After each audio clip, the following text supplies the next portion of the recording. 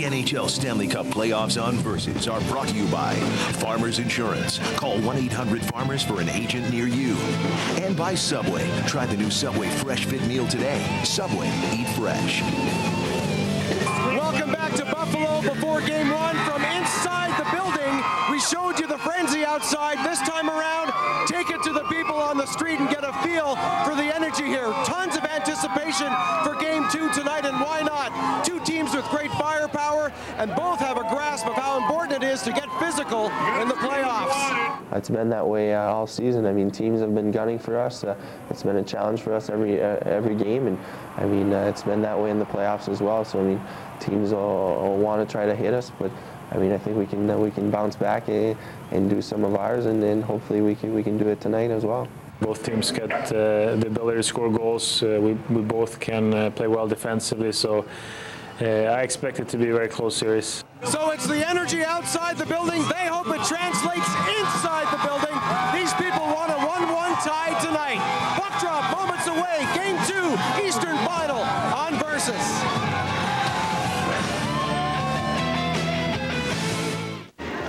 Don't worry about those guys. I am just so sick of this. Dude, what do you expect? You went with Geico.com. What, to save some money? It's my life, okay? Just a little loyalty would be nice, that's all. What? Having Geico makes me less of a caveman? Tina's here. We're getting back together. Hey, Give us a minute. Geico.com. So easy, a caveman can do it. That hurt? Nah. You're all right. We'll put a little ice on it. It's no big deal.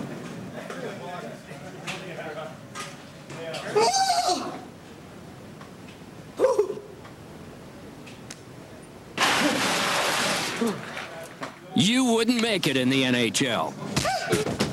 But you can get inside with VCast. Watch highlights, interviews, and everything hockey. Exclusively from Verizon Wireless. Feeling real good about lunch today. This new KFC biscuit bowl's got all my favorites. It's got chicken. I got a burger. Mashed potatoes. Fries. Got corn and gravy, cheese, and now it comes with a biscuit. Well, I got a bun.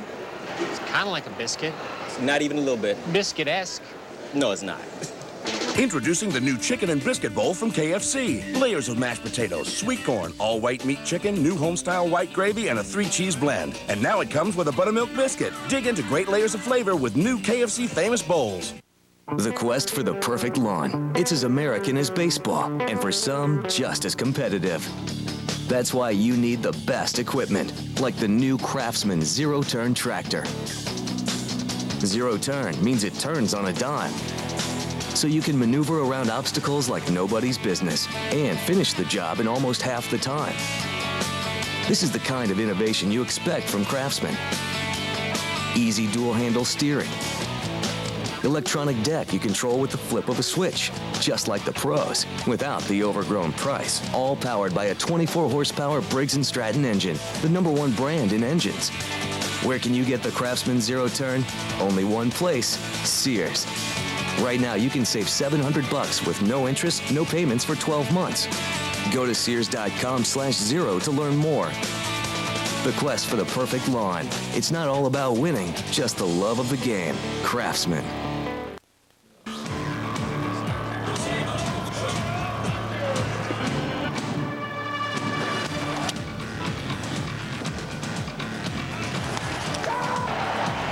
Fisher once again, he scores! Game 1 featured a little bit of everything on Versus. This is Game 2 of the Eastern Conference Final. 4th-seeded Ottawa, top-seeded Buffalo in the East, and it also featured some fine net minding. Ray Emery, lots of poise, lots of control. At the opposite end, at times brilliant, was Ryan Miller as he hopes to backstop his team to victory tonight. This evening's game puck delivered on time by Luggage Express, the official luggage delivery service of the NHL. To deliver your luggage on time, visit 866-ShipBags.com. We are underway with Game 2. Buffalo still at home. In the blue sweaters, Ottawa. So tough on the road this playoff spring. In the whites as Drury's blast is angled off the rink. Just 10 ticks into the contest. Darren, what are we thinking may be the keys to the contest tonight? If you are the Buffalo Sabres, you have to manage the puck better. You can't turn the puck over, especially on your own power play like you did in Game 1. And the special teams in general have to be better on both sides of the puck. And for the Senators, they have a great opportunity, as you said, are open to seize control of this series. Daniel Briere out there, flanked by Jochen Hesch and Jason Pominville, as it's rolled back behind the cage by Tony Lugman. They fish for it back behind the goal. Mazzaros is out there, along with Wade Redden and 10 defensively for Brian Murray. Hesch was held, and the game's first power play belongs to Buffalo. The officials tonight, the referees Dan O'Halloran and Don Van Mastenhoven. Ottawa, number 14, 2 minutes, hooking. Here's the hooking pin, little side step by Hesch. Mazzaros gets called for the hook. Subway eat fresh. Net cam. Whoa! Says Ray Emery. So the Buffalo manpower advantage, skating 5-on-4 here in the early going. First minute of Game 2 in this Eastern Final. And this is one specialty that the Sabres need to inject life. It is a power play brought to you by Variety Big Box from KFC. Briere playing catch with Drury. At a point position, it's Campbell. Briere again, shaded by Kelly. Drury didn't handle that pass cleanly. Still kept alive in the attack territory. Connolly working a point position. Feeds for Zubris. Dinas Zubris waiting to pull the trigger. Steps in, lets it go, and he sailed it wide. And that rebound will chase Connolly back onto the Sabre half.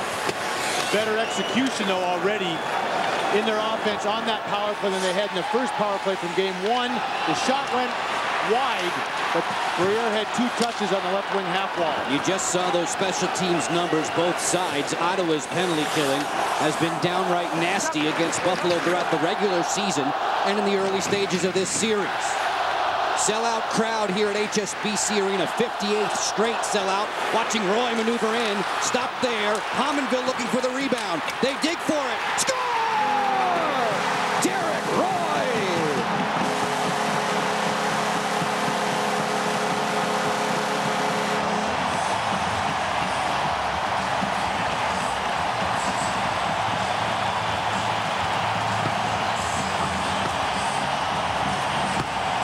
Derek Roy turns it around for himself and for his team from last game. Held without a point for 6 games. No longer.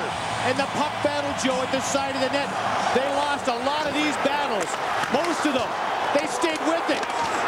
Roy gets the goal, but there are 3 Sabres. Pominville digging in. Everybody occupying space. And Roy allowing the roof to be blown off this one. The fans are going ecstatic. Just 1:51 into the contest, both inside and outside. Sabre fans are thrilled. Derek Roy lifting Buffalo to the advantage, something they've not enjoyed of late. Last half dozen games, they've been trailing. Here's a net cam look. Emery down, can't handle it, but they stay with it. 3 for $1. And in-house here at HSBC Arena, we see Don Van Mastenhoven on the phone to video replay judge John Gallipo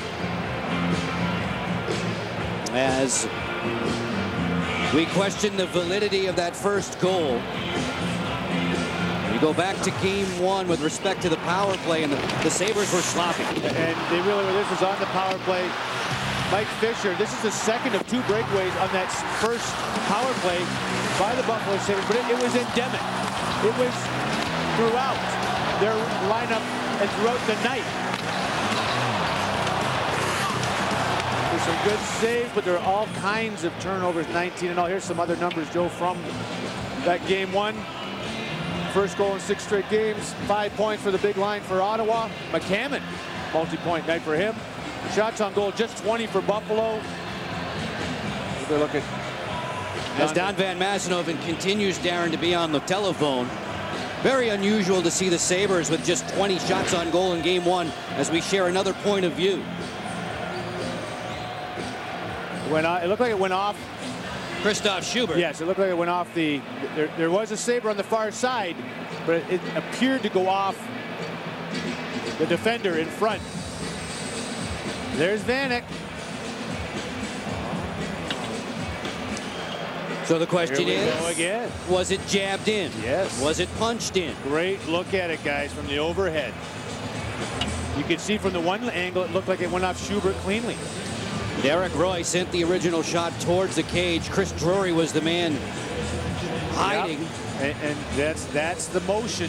He was trying to shoot the puck, but it doesn't hit him in the glove. That's what you have to. Did he punch it in? It's Vanek at the post. That's right. There were 3 guys occupying space.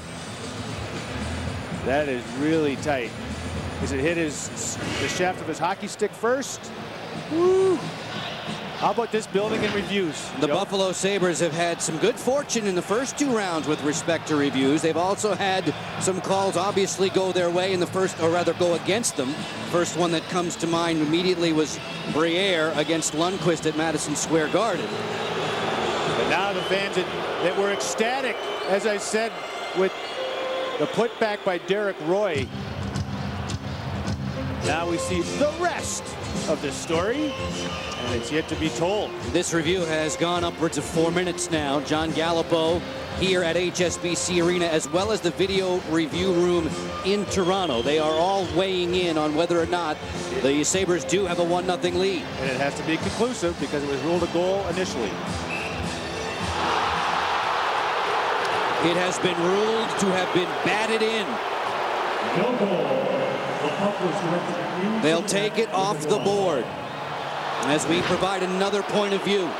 Vanek at the far post, you're looking. You can see, it looked like Schubert, but you can see the glove come behind Schubert.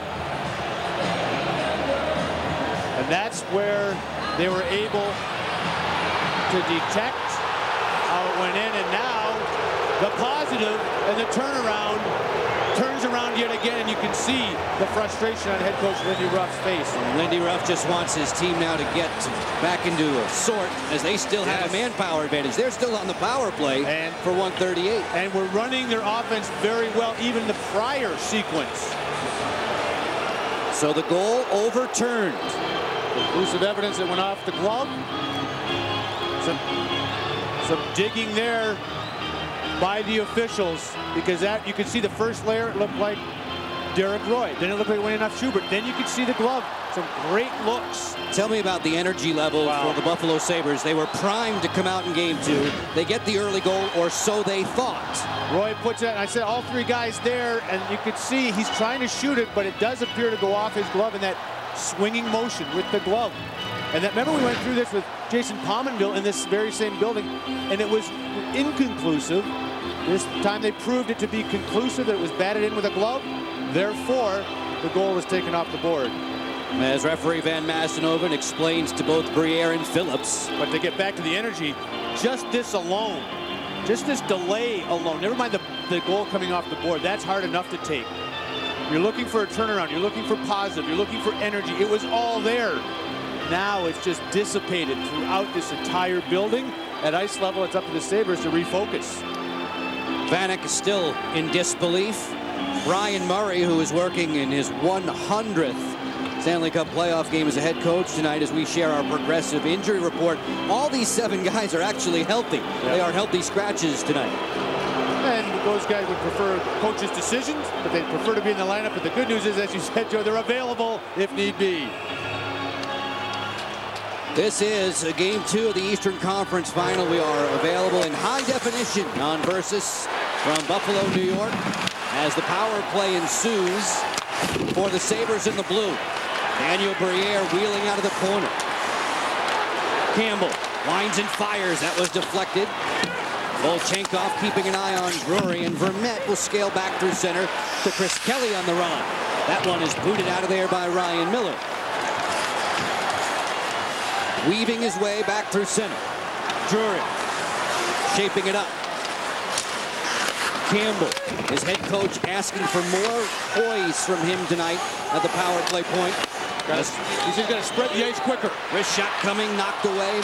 Mazzaro's back out of the penalty box. The Senators to even strength 5-on-5 as we approach the 3-minute mark of Game 2 in the Eastern Conference Final. Ludman chugging back to get it, and he'll touch up the icing call against the Sabres. Crowd trying to do their part. Tony Ludman did his part in Game 1. A very fine hockey game. There were individuals that did play well. The Derek Roy line, they were good. So, and the thing is, if you're the Buffalo Sabres, you played a very poor hockey game in total, and it was 2-2 into the third. So, I mean, teams usually, you have to make adjustments and you have to play better, but you didn't play very well, and yet you were in position to potentially win that hockey game. Heading into the playoffs, the Sabres were the team that had allowed the most goals in the third period of any of the remaining teams in the postseason, and it was a 3-goal binge for Ottawa that did the trick in the third back on Thursday. Vanek and Roy and a Finneganoff out there now for Buffalo. Tom Preissing comes over to collect and feed the captain, Daniel Alfredsson. He'll hoist it back to center. Talinder looping it to the center stripe. Roy tried to force that one into a Finneganoff. Preissing and Heatley were there defensively. Joe Corvo sifting back through center. Roy building momentum with a Finneganoff. One more look to Vanek. He scores!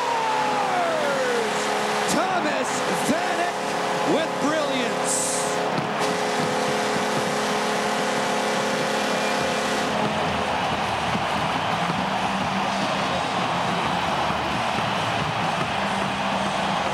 Okay, let the celebration begin.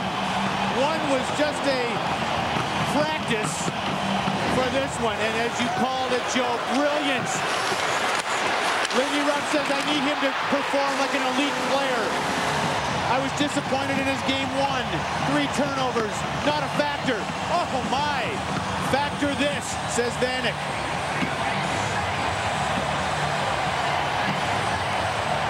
Just a beautiful curl and drag in a very, very tight amount of room. Wow, what a turnabout.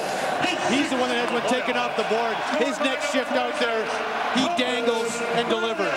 Disallowed at 151, good to go at 341 for Thomas Vanek, and it's 1-0 Sabres. Okay, energy restored. Building electric. Vanek back in the score sheet. The Buffalo Sabres, when getting a lead on Ottawa, have been awfully tough to beat in the postseason. Well, don't forget, they had given up the first goal of the game, the Sabres, that is, the last 6 straight. So that goes out as well. So a lot of negatives in the early goings being righted by the Sabres. Back through center on the move. Mayer walks in there and fires. He did not hear the whistle. It was an offside call. The Senators are upset with Adam Mayer. And Mayer saying, I couldn't hear a thing. As we welcome in Bob Harwood from ringside level. What a test and a question answered by Buffalo in terms of their ability to bounce back after a heartbreaking disappointment with the first goal taken away legitimately. But Thomas Vanek, who I spoke to yesterday, understood his responsibility of not only getting to shot places, but making sure he told his teammates what to do to get me the puck. He understands there's a little bit of a lack of confidence with the dangle and the give and go right now on these young Sabres. But what you saw in the last few moments is the system being entrusted again. I'm here, you're there, I get it to you, find the open guy. And so far it's working out for these guys. It's all about puck support when the Sabres play well, Bob, and we've seen them an awful lot this season. There are a lot of Sabres in a small area, and they distribute the puck well, and they did that on the rush.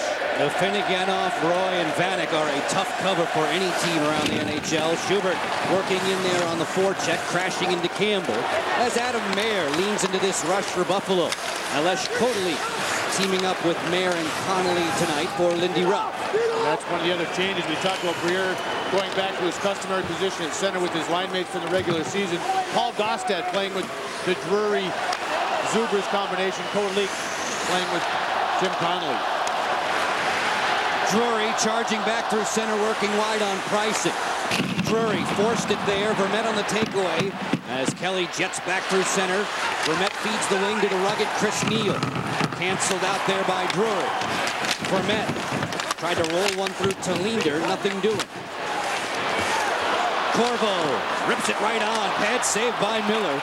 That dangerous little outlet. The Sabres are not afraid to start the breakout right through their own crease. But I don't think that was what Murray intended that time. Backhand Vermette. Great stop there. The toe of Miller extending. Off comes Dinas Zubras. Turned around by Corvo. Kalinin. A rough game for him in game 1. Able to play it back. Senators in the midst of a line change, and some of the fans here wanted too many men on the ice. The turnover sends in Briere. Lines and fires. He just missed it by a whisker. Hesht is hiding back behind the goal. Jochen Hesht to the front, swinging to miss Briere. Kalinin sent it wide. Briere looking to stuff. And at the post, it was Bolchenkov getting back. Moving towards the 7-minute mark. Numminen lets it fly, deflected. Good save, Emery. Follow-up score! Jochen Hesht!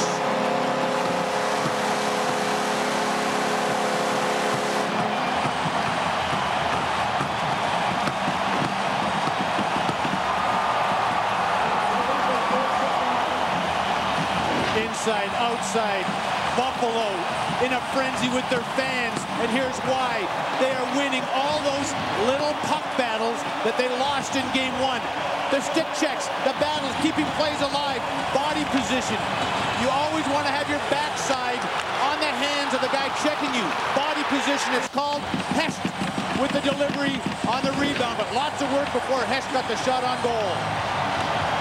Sabres in the first 7 minutes have been ferocious around the net, storming Ray Emery's crease and earning rave reviews from their fans. And don't forget, Joe, this is how they started game 1, but they really got derailed quickly on that first power play there. Not so much tonight, although it could have been that way with the goal taken off the board. What did Lindy Ruff say? The special teams provided negative energy back in game 1. Ottawa jumped out to the 2-0 advantage. This time it is Buffalo on the lead by 2 and looking for more. A Finnegan off creatively to the front. There's a penalty call coming, and it's against Buffalo. Roy moves it to the end line. We hear the whistle. The two highest scoring teams in the league. Buffalo, this one negated by the bat-in. Don Van Massenhoven says no 1-0 lead. Lindy Ruff protests, but Vanek comes right back. Along with Hesht, it's 2-0 Sabres. Okay, class. If you're in the South, you say, "Hey, feller, give me a Bud Light." Hey, feller, give me a Bud Light. In New York, you say, "Hey, give me a Bud Light." You got a problem with that? Bud Light, you got a problem with that. In East LA, you say, "Give me a Bud Light, Holmes." Give me a Bud Light, Holmes. More importantly, if somebody asks you for a Bud Light, you say, "Don't speak English." Refreshingly smooth, Bud Light. Always worth it. Bud Light? Bud Light. Bud Light. Bud Light. So it's down to Sprint Mobile Broadband and Singular Broadband Connect. Great. We need powerful coverage. Is your network in Denver? Yes. Pittsburgh? Yes. Minneapolis? No. Yes. Sprint Mobile Broadband works in twice as many cities as Singular's Broadband Connect. Yes. Yes. No. Buffalo. No. Yes. Eugene. Wait, what was that? Buffalo. Oh, no. Yes. Omaha? Yes. Richmond. Yes. Get a free Sprint card. Visit sprint.com/mobile broadband. Colorado Springs. Yes. Sprint. Power up. Lansing? This is Bodog Fight. This is mixed martial arts. Go inside the action-packed ring on Bodog Fight, Costa Rica Combat. Tune in to on Tuesdays and Saturdays at 11:10 Central or visit BodogFight.com for details. Hi, Enterprise. I'm at the repair shop, and I need to rent a car. At Enterprise, we'll arrange to pick you up free and get you on your way. Nice save, Mom. Pick Enterprise. We'll pick you up. Sabres have jumped to a 2-0 lead in game 2. Thomas Vanek sent to the penalty box for interference on this infraction. Going hard, driving to the net. He pushes off Mazaros. That's how you establish body position. Interference is the call. I don't know if it's a call if Mazaros doesn't stumble and trip and end up on the ice. And the Ottawa power play, the Senators dressed in white, has been so good on the road, threatening Ryan Miller here at the doorstep. And it's cleaned up by Tim Connolly. Ooh, that wasn't very clean behind the net. How about cleaning up? Cleaning up on the power play, the Ottawa Senators. Senators 5-on-4 for another 125 as Danny Heatley loops it into the corner. Tallinder is on guard for Buffalo. Around the wall, but not out. Redden, all-star defenseman for Corvo. Alfredson keeps it hot, working in that triangle. Alfredson to the front. Heatley fires. That's booted away by Tallinder and driven all the way down by Chris Drury. These two teams have met 9 times this season.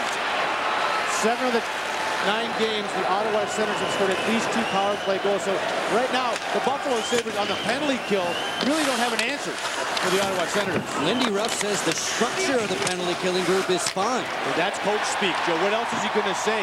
They've tried everything. Right now, they're doing a good job being ultra aggressive at the blue line. A little bit of turnabout, because that's what the Senators did to Buffalo's power play in game 1. The sheer numbers of it are pretty damning against them with the way Ottawa has bludgeoned them on the power play.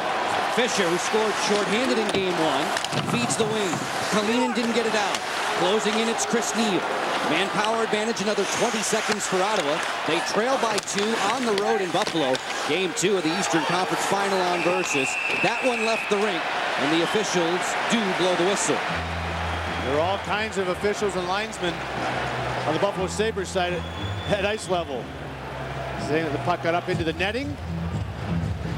There's a good look at the Buffalo Sabres intent on drawing even. What an energy explosion that went their way. And if it ends up going their way, you have to give them full marks because they scored that goal. He's taken off the boards, rightfully so. Alfredson with a rip that was juggled by Miller and then played clear. And they came right back to the Sabres and re-energized their building, and maybe more importantly, Joe, took a 2-0 lead. Mazzaros will scoop it into the corner. Ludman is there to the front. Quick pass from Heatley that went unanswered. Briere didn't get it past Volchenko. Tallinder using the glass, and this will force the Senators to peel away. Ryan Miller with the traffic instructions. Ottawa in the midst of a line change. As Tallinder uncontested back through center for Briere. He got chopped down. Sabres going to the power play themselves right now. Well, that's the difference. Daniel Briere at center. He has the puck. And that is what makes him go and the Buffalo offense go. He's a skater. He's a puck handler. And he forces Ottawa's defense to play him man up. Schubert couldn't do it. And Briere said he couldn't wait for this game to get started to put game 1 in his rearview mirror. Off this face-off, the Senators will control. Rock solid Chris Phillips finding Chris Kelly. And that'll chase Buffalo back into Miller's neighborhood as we are rapidly moving towards the midway mark of this first period. Tallies from Vanek and Hesh have staked the Sabres to the lead in game 2. The Finneganoff driving off the D with his speed. Phillips away from Roy. Numanen, who assisted on the last Buffalo tally, pinching in wisely there. Back to point position, and this will force Pominville to retreat. Numanen again. The pass too hot to handle for Roy. Phillips wants to get the penalty killers a breather. Miller sort of shuffleboards that one for a Finneganoff. He did. I like that description. Connolly on the wing to Briere. Briere closing from the bad angle to the front as Drury was parked at the post. Drury reloads. Briere working the wall. On back for Connolly. Board to board, there's Campbell. Schaefer stuck to him like glue. Connolly switches it up. Briere has time. Fires. Emery beat him with a pad. Point position, Campbell. Waits for the screen to develop. 40 seconds left in the Buffalo manpower advantage, trying to build their lead to 3. Campbell settles. Connolly looking for a seam. Keeps it on the outside. Zubris to the front. It ricochets away from Briere. Schaefer then buries him. Campbell walks in, fires. That's deflected in front. As the Senators did a nice job defensively, Redden giving up his body.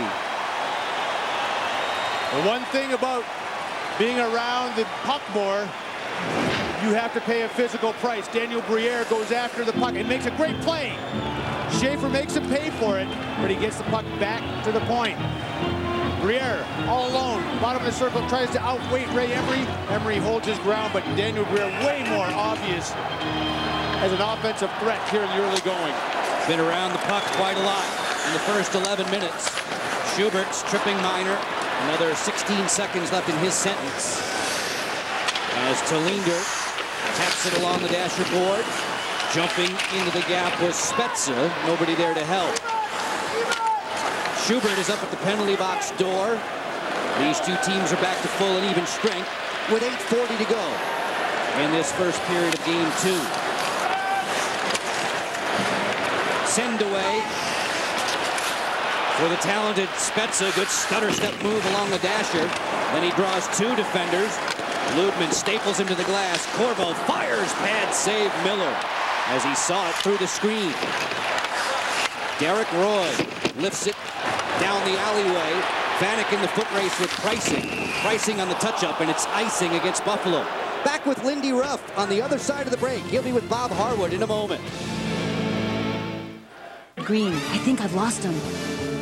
Hey, haven't I seen you before? You sure have.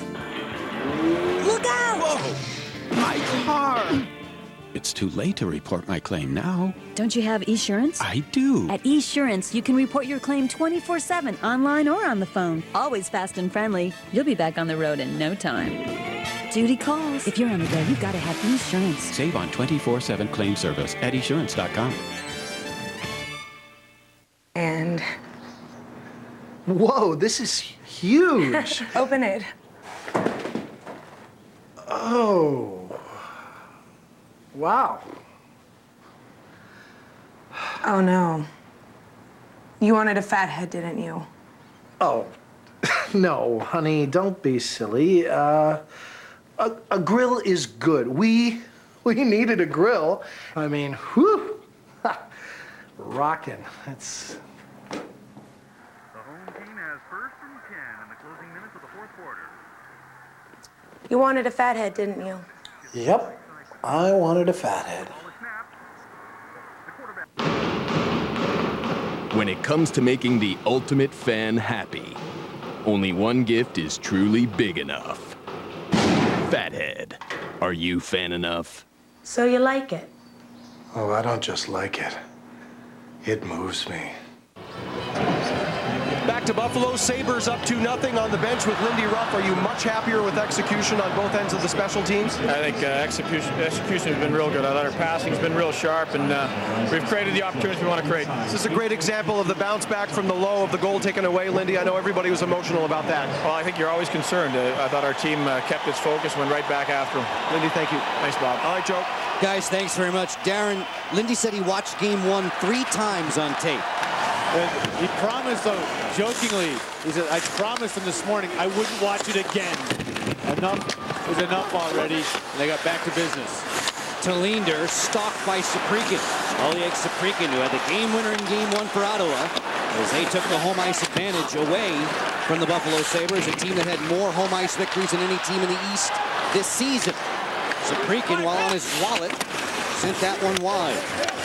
Pricing keeps it below the goal line for Saprikin again, working with McCammon and Schubert out there for head coach Brian Murray.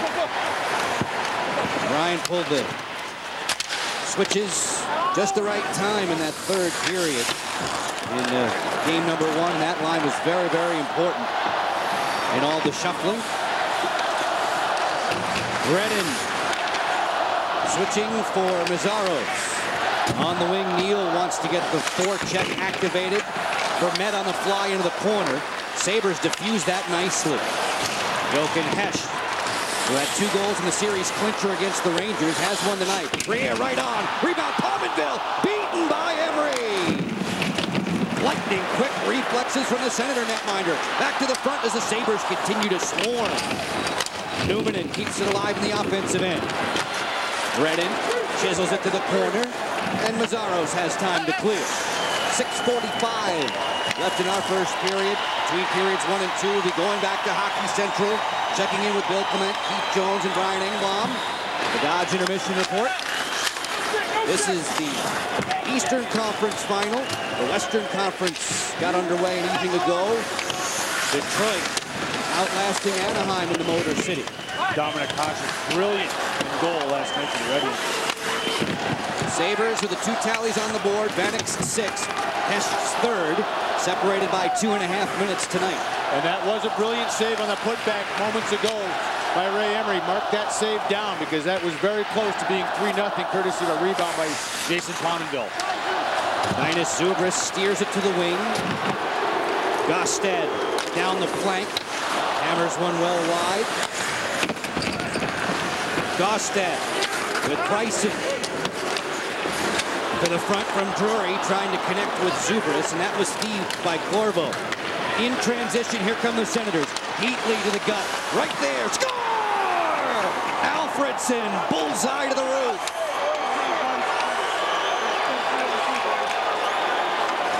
The pass from the goal line to Zubris. And then Zubris had, watch him hold up 15 right. He'll come back into your screen. He hesitated, he dove, he couldn't get there in time. Beautiful feed. Daniel Alfredson, another big goal for the captain.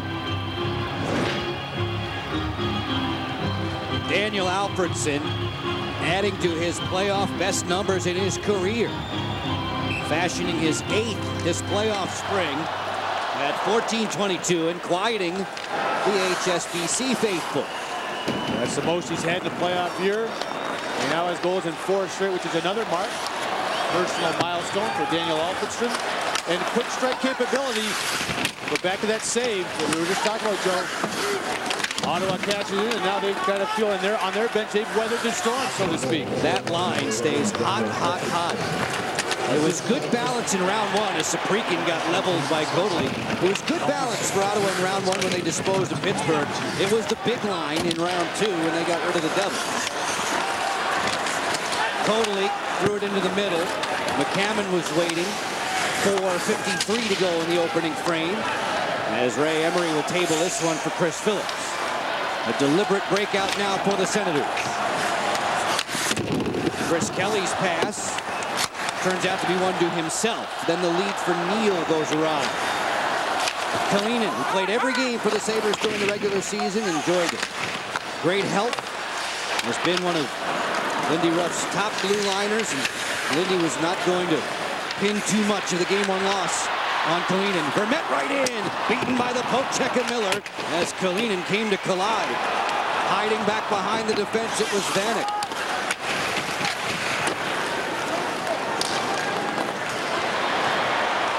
On the rewind, Finnegan off will stash it into the corner.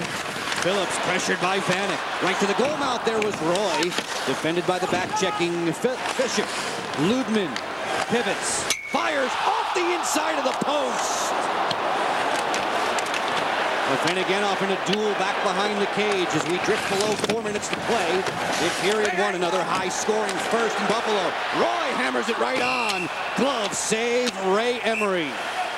The Sabres jumped to the 2-0 advantage. Emery had to be cat-quick to keep that just a 2-goal deficit, and then the captain carves into the lead in Buffalo on Versus. He sent me the most beautiful bouquet ever. What'd the card say? Only something beautiful for my something beautiful. Oh, that's so sweet. I know. Everyone here has been joking. He must have done something really bad. You don't think... you don't think he could have... Oh... Singular's name is now AT&T. Now get Mama Red Pearl for Mother's Day. We just got a new car. A good time to look at new car insurance, and we went with Progressive, saving like $400 a year. But what really impressed me was they actually gave me the rates the other big companies. Was not expecting that.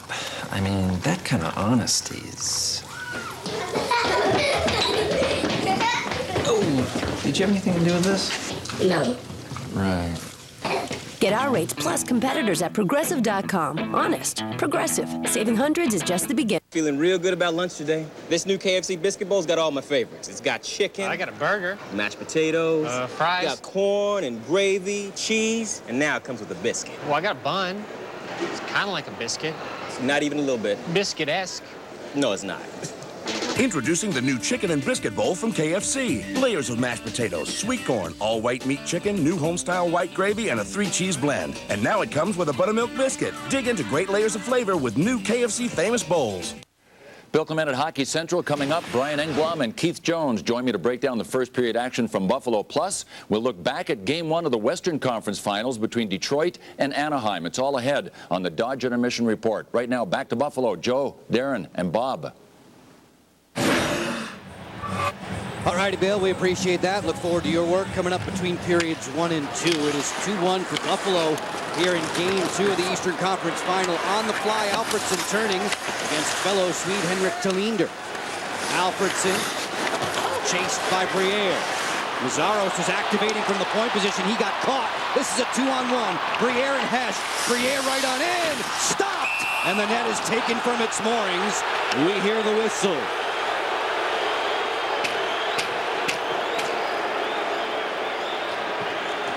All kinds of pressure. A turnover. Briere handling the puck, fumbling with it. Good back pressure by Alfredsson. He gets it. There's a rebound there. But the net's taken off. Oh, a sliding send.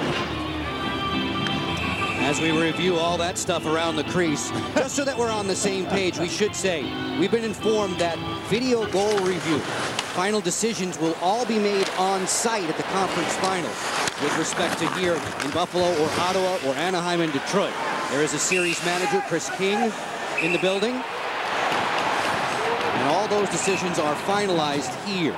Stanley Cup Conference Final, only on Versus tomorrow, 7:30 Eastern, 4:30 Pacific. Top 2 teams in the West squaring off.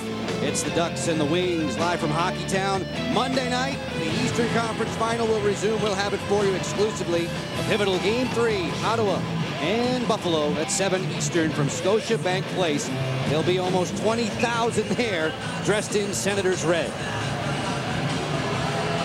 This has the intensity that you would expect. The home team losing the first game. Sens trying to hang in there. Steal another one. As this one dribbles back onto the Ottawa side of center. 2:55 to go in the first.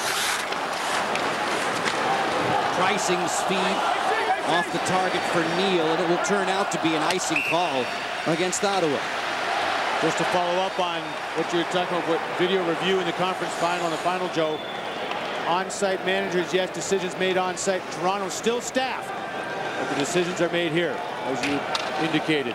Senior Vice President and Director of Officiating Stephen Walcom tells us they are down to 8 referees and 8 linesmen left as we reach the conference final. 4 teams in the battle for the Stanley Cup. Dan O'Halloran and Don Van Massenhoven wearing the orange armbands tonight. Erica Mel and Pierre Rassico on the line. Senators calming things down in neutral. Feed for Schubert. He couldn't find it. As Campbell carefully makes his way to center. Lofts it into the corner, then goes for the change. 5-on-5 play continues. Hesh to the goal mouth. Nudged aside by Volchenkov. Hammond has that good speed. Schubert, the big body, driving the lane, but he lost the handle.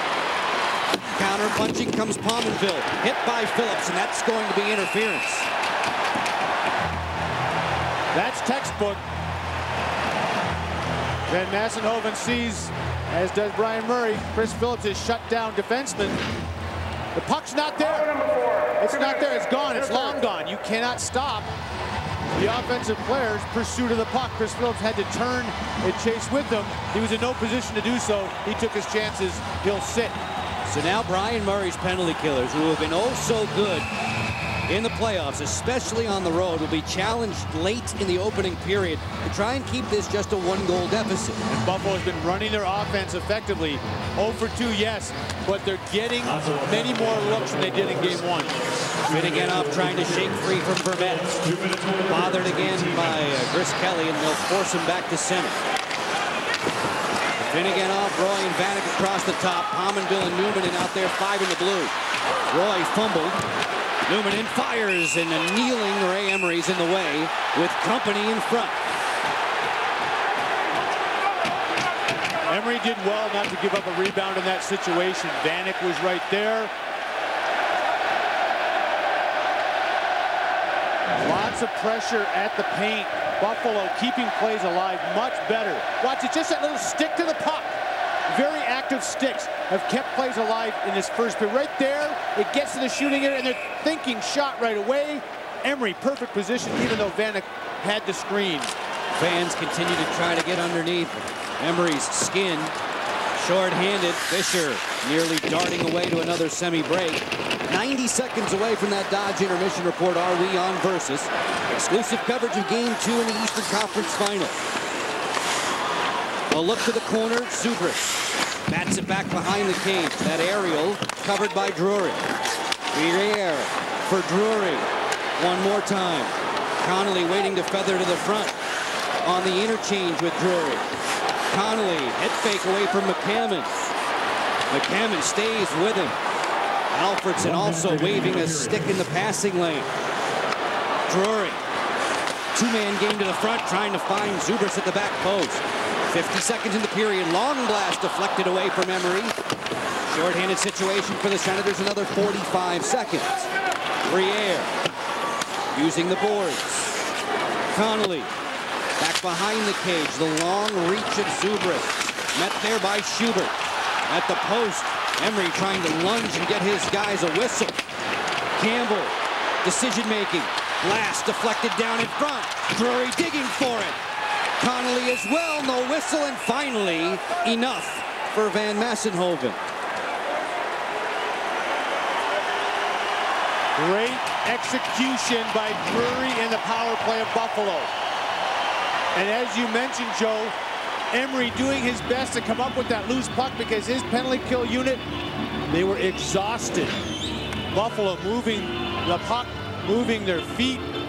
Ray Emery doing yeoman's work in there to keep this a one-goal game. Teammates, coaching staff really acknowledging his willingness to battle. He is so competitive, and you figure he is pumped up at the moment, trying to keep this just a one-goal deficit late in the opening period. 2-1 for the Sabres. Roy wheeling on back. Got past Mazzaros with 10 ticks left. Roy to the front. That was answered. Trailing the play, Finnegan off, darts to the slot and fires. Stick save Emery at the final horn. 20 minutes complete at HSBC Arena. Jochen Hecht on the board for Buffalo. It is his tally that has given the Sabres the lead. Hecht and Vanek for the Sabres. Alfredson answering for the Senators. This series controlled from the outset. Ottawa has the 1-0 series lead. They trail by one after one. The Dodge intermission report's coming up. Back at Hockey Central. We turn you over after the break. Bill Clement, Keith Jones, and Brian Engblom. I'm feeling spontaneous. You are? Yeah, I'm thinking Sierra. Sierra, the Sierra. The Sierra. She's cool. Yeah, I'm thinking I need her here now. Dream on. No, I can get her here like that. Right. I can. Sure, you can get Joss Stone while you're at it. Joss Stone, no problem. Joss Stone? And My Chemical Romance. Can't. How? New phone, huh? Want instant wireless downloads? Get the Upstage, only from Sprint. A phone on one side, a music player on the other. Call 1-800-SPRINT-1 for special introductory offer. You're just pulling these out of thin air. Exactly.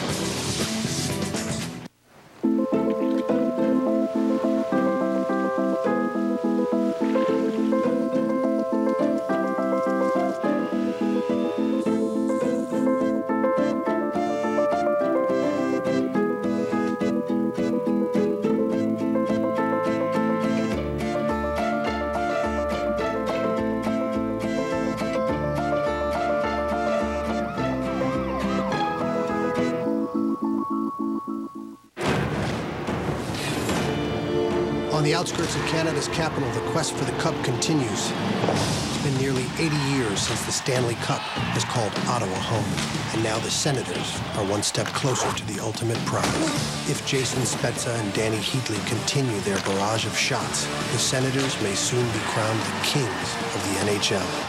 Follow the Senators' quest on Versus and NBC and log on to NHL.com for complete coverage of the Stanley Cup playoffs. Code Green. I think I've lost him. Hey, haven't I seen you before? You sure have. Look out! Whoa! My car! It's too late to report my claim now. Don't you have Esurance? I do. At Esurance, you can report your claim 24/7 online or on the phone. Always fast and friendly. You'll be back on the road in no time. Duty calls. If you're on the go, you've got to have Esurance. Save on 24/7 claim service at esurance.com.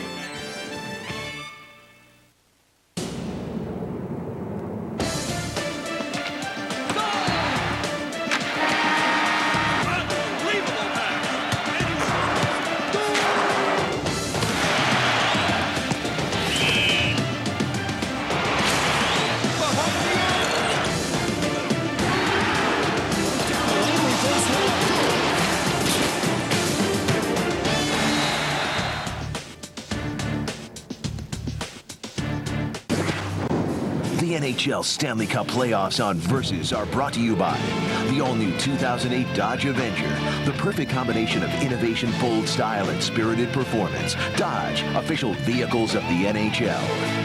And welcome to our Dodge Intermission Report. Bill Clement with Keith Jones and Brian Engblom. We've got a 2-1 hockey game in Buffalo, and we know that every streak comes to an end sooner or later. But consider this, the Buffalo Sabres this year, regular season and playoffs combined, are 46-0 when they have a 2-goal lead at any point in the hockey game. They led 2-0 early.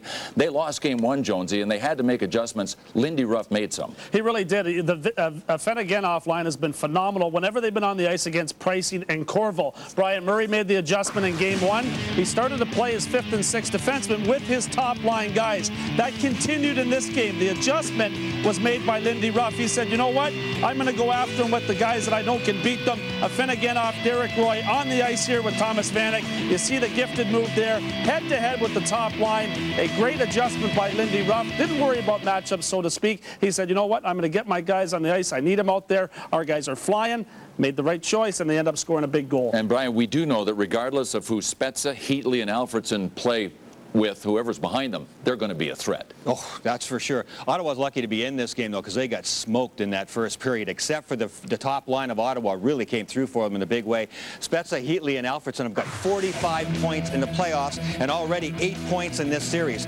They're intimidating the Buffalo defense. Look at the penetration they get. This is a terrific 3-on-2 situation. You'll get a look at it again. As Spezza will have the puck in the middle of the ice here, then he'll crisscross with Danny Heatley. Look at the penetration. Look at the Buffalo defense, how much ground they've given up. They create an alleyway, and Alfredson comes in through that alleyway in the perfect timing. The passes are perfect. Alfredson's shot is perfect, top shelf. No goaltender could have stopped that. So still, it's a 2-1 hockey game, although Buffalo owned that first. Buffalo still hasn't come up with how to stop this #1 line, and they've got to find out a way. There's got to be some backside pressure from the forwards here, because the defense can't handle them by themselves, no doubt. There's so many adjustments. That's what I find intriguing. And Lindy Ruff of the Buffalo Sabres also made another adjustment in this game tonight. He reunited Jochen Hest with the center Daniel Briere. They've played together a lot of hockey this year. Right now, Jochen Hest is with our Bob Harwood. Bill, thank you very much. Jochen, it seemed like you gained a lot just by moving your feet tonight in the first period. Was that an important message before the game? Yeah, we wanted to get going right away. Our starts in the playoffs run, that's good. So we want to get going, get the puck in deep, and going to work in their zone. On the bench earlier on, Lindy Ruff said execution is better up or down a man. Is confidence coming from that, do you think? Yeah, I mean, we're not turning a puck over on the blue line. We can keep going forward, and that's a big part of our game. Is there such a thing as personal momentum for a goal scorer? 2 big ones against the Rangers to cap it off. A team hiccup the other night, but getting back on a roll again. Do you feel like your flow is back in terms of the puck on your stick? Yeah, I feel a little bit more confident out there when I'm shooting a puck, and I think it's very important to get those 2 goals and help the team out a little bit in the scoring. Jochen, thank you. Thank you. Okay, Bill. Bob, thank you very much. Western Conference Final got underway last night at the Joe. When we come back, we'll look at Detroit's Game 1 victory over the Fighting Ducks of Anaheim.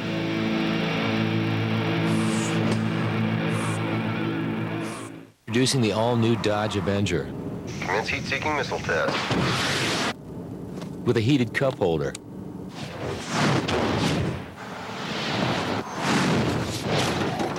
.5-liter V6. And ESP with all-speed traction control. Oh, did we mention the cup holder also cools? The all-new Dodge Avenger.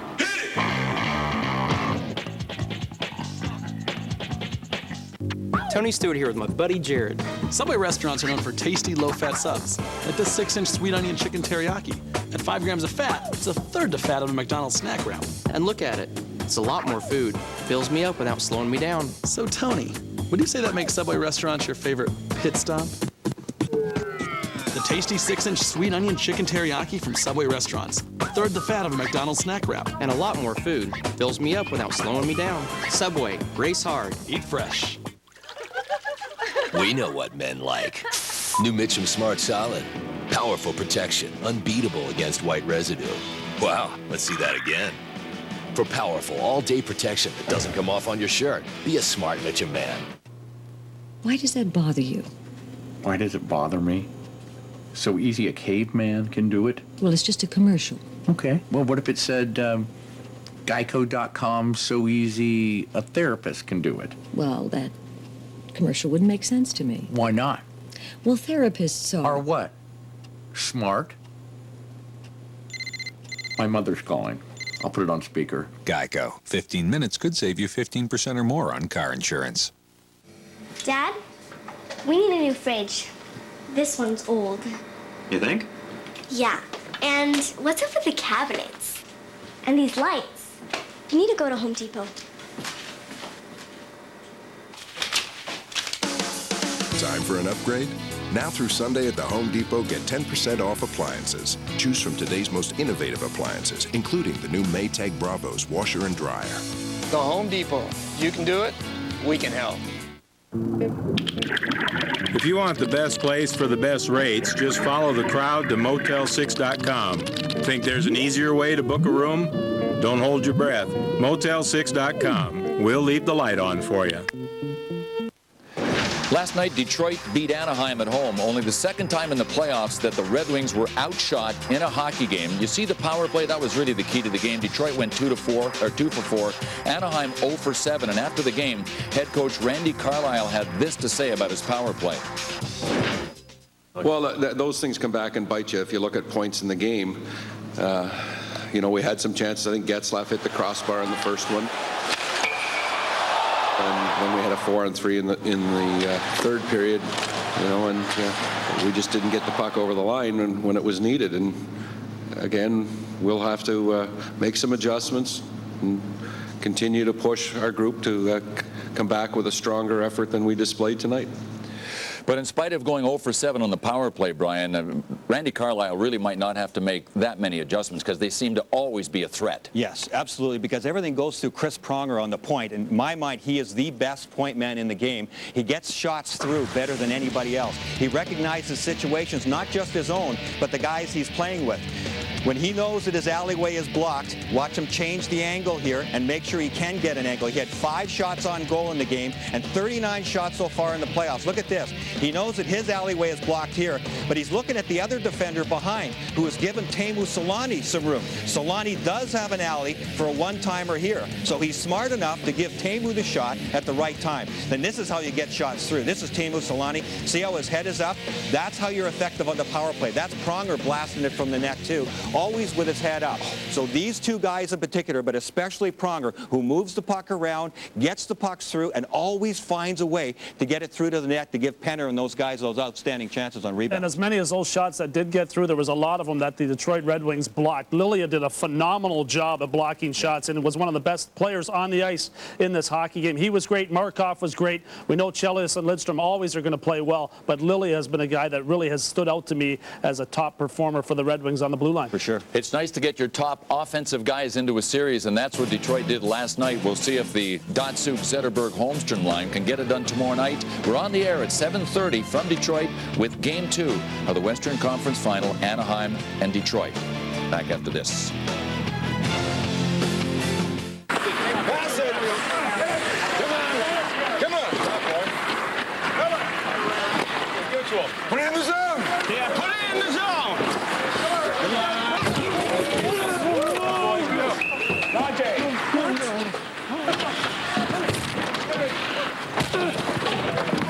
You wouldn't make it in the NHL.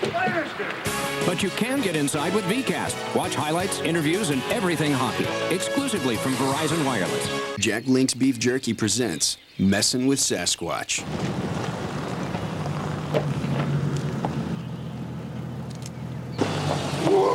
Hey, you want to a ride? It's okay. Sorry. We're sorry. Sorry, buddy. Sorry, buddy. Oh, Jack Link's Jerky. Feed your wild side. Bring back the Cup. The race to the 32nd America's Cup begins Monday live at 8:30, only on Versus. No, what'd she say? She said whatever. No, she says that all the time. What's that? Hello? I'm on the phone.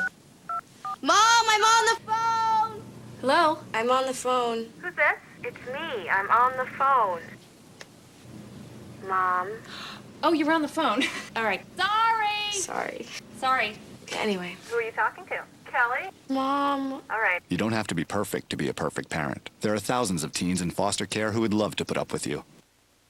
Outstanding professors have a way of changing your perspective, especially the professors at American Intercontinental University Online. And the best part? You don't have to go to college. College will go to you. Call now to learn about earning a degree fast, completely online. Employees from nearly half the Fortune 500 rely on AIU, a respected university that helps you earn the degree you need quickly and conveniently. AIU Online will change your life, and it starts when you call. To learn how you can have a degree sooner than you thought, call now. Looking for a full weekend of fishing? Then you belong here. Versus whet your appetite with AutoZone Wizards of the Water, bringing you fishing's most legendary anglers. Bill Dance, Roland Martin, Shaw Grigsby, Jimmy Houston, and more.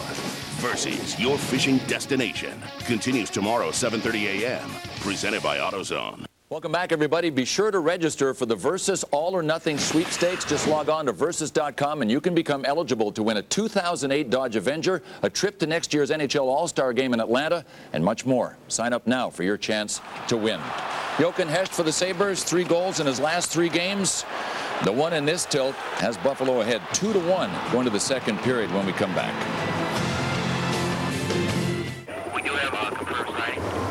Copy that. Black SUV. We do have a visual.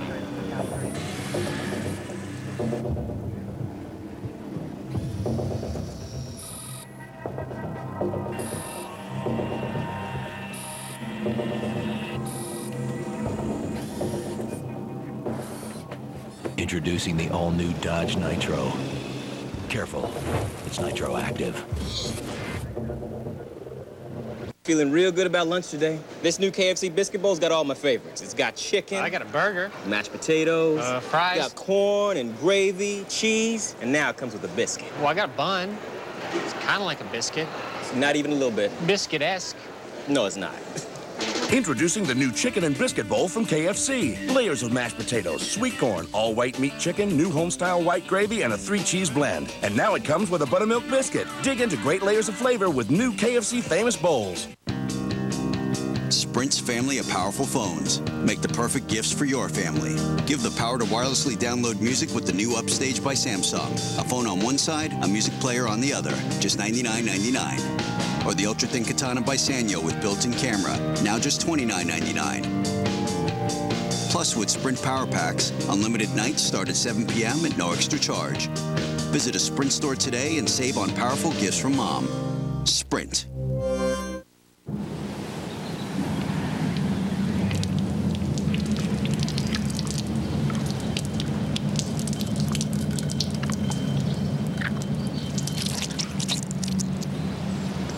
That ought to do it. Assuming you've done enough for retirement doesn't make much sense either. That's why you should invest with Edward Jones to make sure you're on the right track. Because 2 out of 3 Americans are unprepared for retirement. Don't be one of them. Edward Jones, making sense of investing. With Herculiner, it's easy to roll on a truck bed liner. It won't chip, flake, or peel. Herculiner is the only one with a textured rubber and polyurethane formula. It'll turn any truck bed into a tough, skid-proof, rust-resistant surface. Do it all yourself for less than $100. With Herculiner, the tough comes easy. The The NHL Stanley Cup playoffs on Versus are brought to you by the all-new 2008 Dodge Avenger, the perfect combination of innovation, bold style, and spirited performance. Dodge, official vehicles of the NHL. Sabres lead 2-1. Give a listen to Derek Roy. He's Bud Light mic'd up tonight on Versus.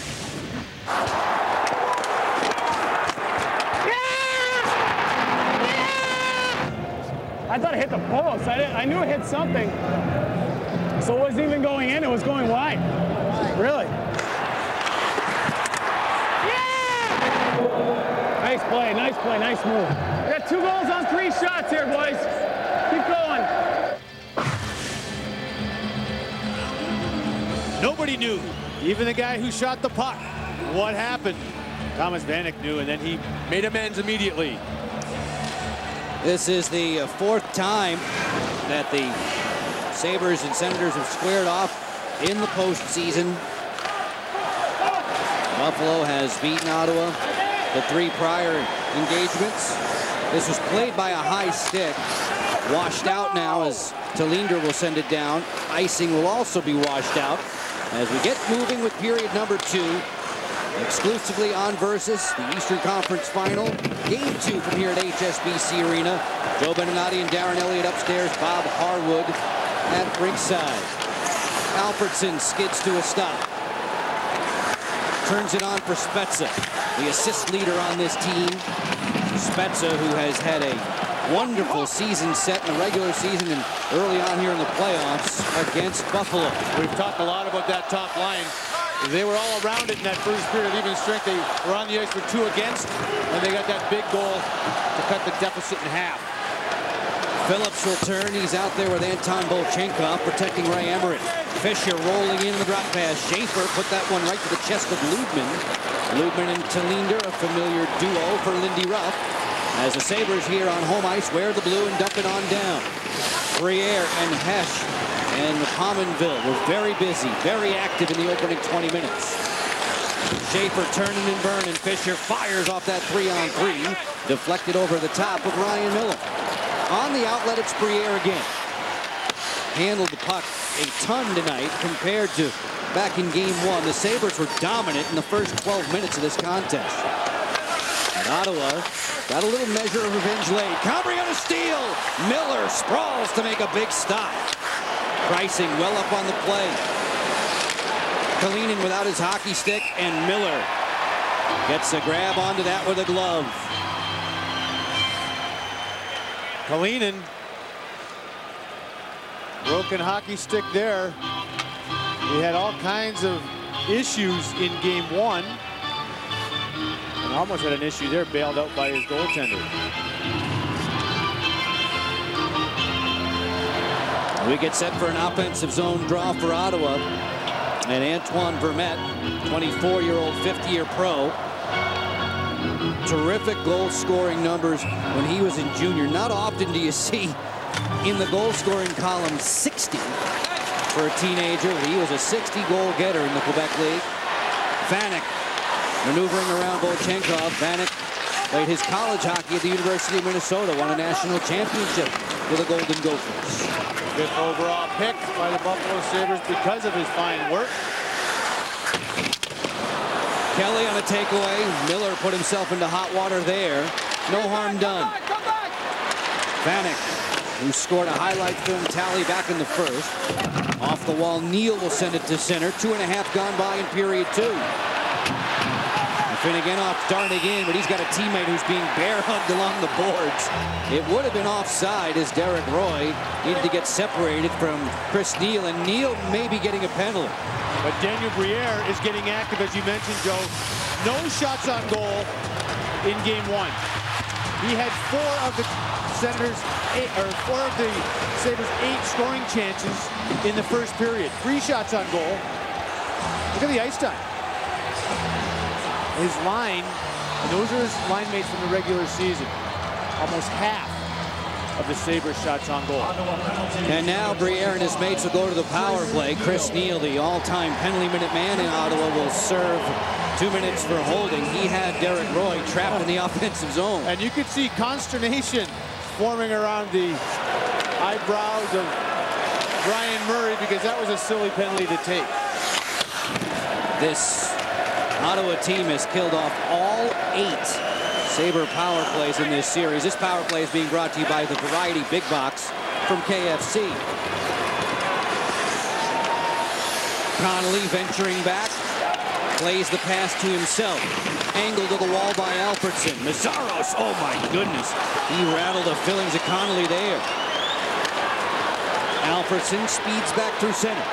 McCammon joining him on the rush. Alfredson fires, and it's shrugged away by the glove of Ryan Miller.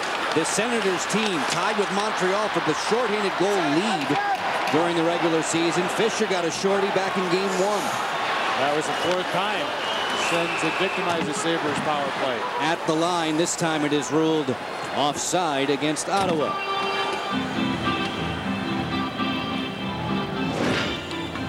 Big hit in the corner. Connolly playing the puck. Mazzaros puts Connolly hard into the window. He gets up, no worse the wear. That's always good news for Sabres fans. Tim Connolly with concussion history. Came back after missing 80 of the 82 games to get ready for this postseason. And there are a variety of ways to treat those injuries. And Connolly took an interesting route through his rehab, something he discussed with all of us, including Bob Harwood during the week. Emery coughed it up. Emery had to hot foot it back in the crease.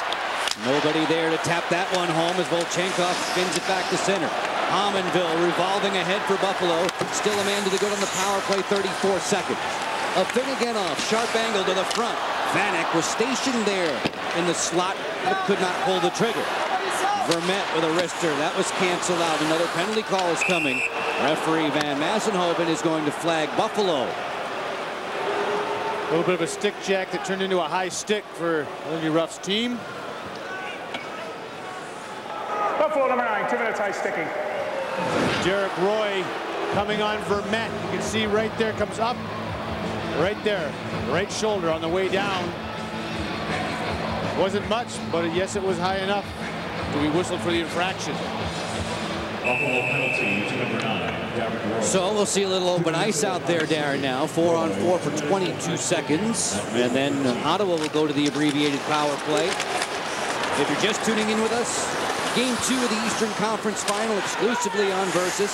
Game 3 will be Monday from Scotiabank Place. Ottawa has a 1-0 lead in the series. They trail by 1 in this game. Tallies from Vanek and Hesht for the locals. Alfredson has responded for Ottawa. Corvo racing his way into the offensive zone. Corvo playing with Redden in back.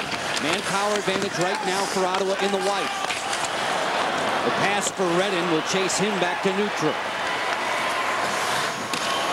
Tallinder connecting with Connolly. On for Hesht. And that was derailed by Redden. Alfredson will take his sweet time to play board to board on back.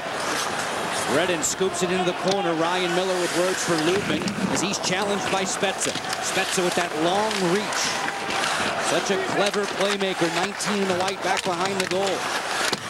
Alfredson able to jimmy it loose along with Heatley, the 50-goal man in Ottawa's lineup. It bounces free and Tallinder says go fetch. And maybe one of the issues why the Sens have been so successful on the power play, Spezza, the playmaker, has 6 power play goals against Buffalo. Heatley pulls the trigger, blocked. Follow-up chance did not get through either. And Teppo Numminen puts it into the Ottawa bench for the whistle. Maybe going against type a little bit. Somebody who has been playing to his strengths, Mike Fisher, up and down, and knocks a lot of people down. He's a physical player. That's from game 1. How about this battle with Drury? Pushing the chest. Drury won't go down. Nobody giving in. Fisher always up to the challenge. He really does savor those physical confrontations. You're doing him a favor if you get in his face early. Senators trailing by 1 on enemy ice, approaching the 6-minute mark of period 2. Derek Roy serves another 18 seconds in his minor. Mazzaros, both he and Redden near the plus-minus lead in the playoffs on the Ottawa back line. Bryson shakes it. Mazzaros switches it. Pump, fire, score! A blast from deep. Fisher's back on the board. Did we mention Fisher can play the game a little bit too? Short-handed goal in game 1. Skilled enough to be on the power play as well. That's what he was looking at. Ryan Miller was there. The save had to be there. Yes, Fisher did what he was supposed to do, but you want your goaltender to make that save. And I'll give Mike Fisher my own compliment. He's just a hockey player, not the biggest, not the fastest, but you add it all together. He shoots well, he plays both sides of the puck.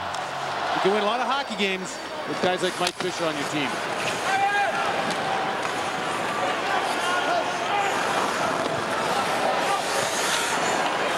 Moving towards the 7-minute mark of period number 2, the Senators have erased Buffalo's 2-0 lead on that Fisher power play strike. He was Ottawa's 4th leading scorer during the regular season.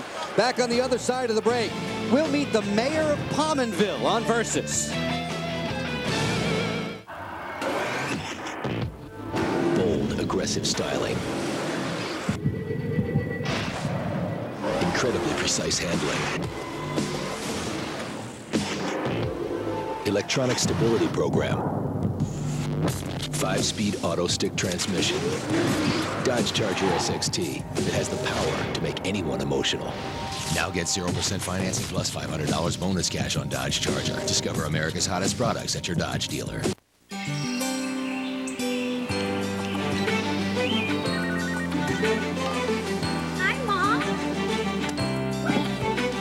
Now is the best time to join AT&T's family tree and become a member of the nation's largest unlimited wireless calling community. Because now you get unlimited talk and unlimited text. And now get Mama Red Pearl for Mother's Day. Singular's name is now AT&T. It's Aaron Insurance versus the competition. Will she prevail? Overpriced auto insurance. Don't try to stick it to me. Don't worry, Aaron. You've got Esurance. At Esurance, you save time when you buy auto insurance online. Without interference. Auto insurance hassles, I'll take a pass. Quote, buy, print. Make it your goal to save time and money on auto insurance. Visit esurance.com today. Now, Joe said mayor of Pominville. He's a little more technically an adopted son. When a city and a community wrap their arms around you, they often give you the keys to the city. In this case, Hamburg, New York, 20 miles south of Buffalo, basically took his name. Welcome to Pominville. Pominville is all about, and then they kind of caught on to it, and it's actually a neat idea. I think it all started with a restaurant on Route 5. They named it Pominville, and they got their own city there, and they got Lake Pominville, Miss Pominville. They got a mayor, fire department, so they got everything going there. So I mean, I stopped by there once, and it was pretty neat to see. Fellas, not bad for a guy who was on waivers. Had a nice little bounce back late in the playoffs, obviously, against Ottawa last year. They opened up their arms again, and I believe he's a welcome citizen of all parts around the greater Buffalo area at this point. He sure is, Bob, and Lindy Ruff always gives a playful jab to his general manager, Darcy Regier, for even thinking about putting Pominville on waivers a season ago, as his offensive talents continue to blossom. One of 4 different 30 goal getters plus in the lineup for the Sabres during the regular campaign. 2-2, game 2 of the Eastern Conference Final. On the rush, it's Hesh ripping that one off the defense. Anton Volchenkov with another blocked shot. He leads the playoffs in that regard, after leading the regular season all the way around. Vermette scopes it on back. Saprikin in the foot race. It dribbles towards Ryan Miller. McCammon pushing it back behind the cage. Brian Murray calls him such a safe player, Dean McCammon. He could use him in a lot of different situations. Penalty killing, obviously, late in games like he did in game 1. Put him on the top line, was able to use him in a defensive role, kind of switch, give the coach a little bit more flexibility, and that's just as testament to their depth that they found out about when they had all kinds of injuries mid-season. And it's always nice when that kind of a player can produce a goal and an assist too, all of which came back in that 5-2 Ottawa win 2 nights ago in this very building. Yeah, for guys like Dean McCammon, those nights don't happen very often. He has 2 in this playoff round, not this round, but this season, where he only had 1 in over 60 games of playoff activity in his career. So he's really embraced the role, and Ryan Murray recognizing playing him a little bit more. Pricing for the Senators. The pass misfires for Alfredson. In tight quarters along the dasher, Alfredson comes away with it. Drops it off for Heatley. Heatley has that glass blocked by Tallinder. Spezza to the front. Nobody home just yet. Now Alfredson opens up. He didn't get the one-timer uncorked. Ludman, a goal-getter for Buffalo back on Thursday. Around the boards and clear. 9 minutes deep in period 2. Now 2-2 as the Senators have staved off the early 2-0 advantage for Buffalo. Vanek and Roy and Afinogenov back out there for Lindy Ruff. You get a great look at Corvo occupying them in the corner. As Alfredson leads Spezza back through center. Jason Spezza looking to create. Pricing bombs away, and a good glove save for Ryan Miller. And that's an answer to his teammates. Miller, after giving up one that he wishes he could have back to have this game tied, this time he stretches, makes an acrobatic save, keeping it 2-2, complete role reversal. Buffalo came all the way back in game 1. Subway goal cam. Ooh. Nice flexibility as well by Ryan Miller. You better be limber. You better be quick. Gostad opens up down the corridor for Buffalo. Gostad and Connolly and Mayer for the moment. As Phillips retreats for Ottawa. Makes the passing play for Schaefer, and he's not able to get it deep just yet. Yaroslav's spot check on the clear ahead. Picked off by Schaefer. Schaefer fires, kicked away. Ryan Miller made that look routine. Comrie on for Fisher. Fisher, the last man on the board with a power play strike for the Senators as he draws Ottawa even at 2 on the road.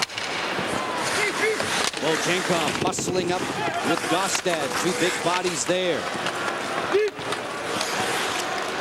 Fisher on target for Schaefer. He's hawked by Campbell. Brian Murray wants to make the personnel change.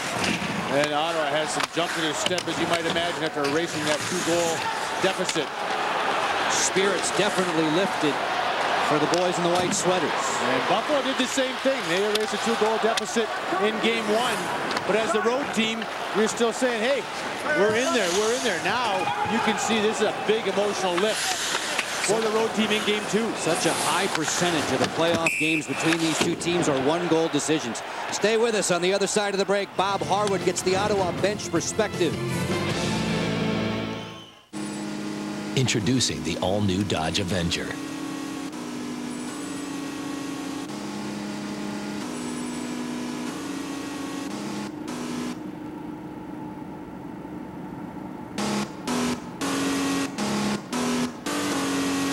The all-new Dodge Avenger. It's a natural performer.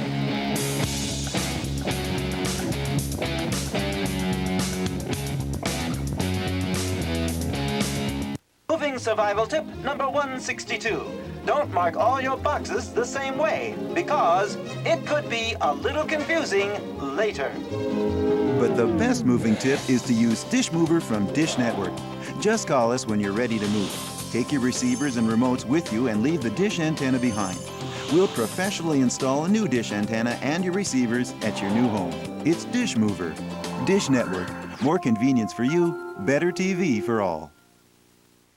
For years, I've been telling you how to get cash now for your structured settlement or annuity payments. Times change, and your financial needs change with them. If you need cash today, J.G. Wentworth can help. We work with thousands of people just like you to get the most cash for their structured settlement or annuity payments. It's your money. Use it when you need it. Call J.G. Wentworth today. Call 1-866-393-4944. back in Buffalo. Sens have tied it up at 2. John, we talked earlier about smarter with the puck as a message between periods. Happy with that? Well, I think we're making plays and coming through the neutral zone a little better and getting the puck in their end. And, you know, fortunately, they haven't had a shot on goal yet, I think, or maybe won this period. So, I mean, less time we spend on our end and keep moving forward towards theirs, the better. John, thank you. Thank you. Okay, Joe. John and Bob, we appreciate it. 9:17 to go in our second period. Vanek and Hesht for the Sabres, Alfredson and Fisher for the Senators. And everything is level right now. And sometimes it is not very complicated. 15 shots on goal and a swarm of offensive activity for Buffalo in the first period. Just the 1 shot on goal here in the second. And obviously the Sens playing better, but also gaining a lot of confidence from that. Whirling in there down the wing came Daniel Briere with a wrister that did not find the target on Ray Emery. Jochen Hesht delivers it for Spotcheck. Tough sledding through the neutral zone, so Campbell will dump it in.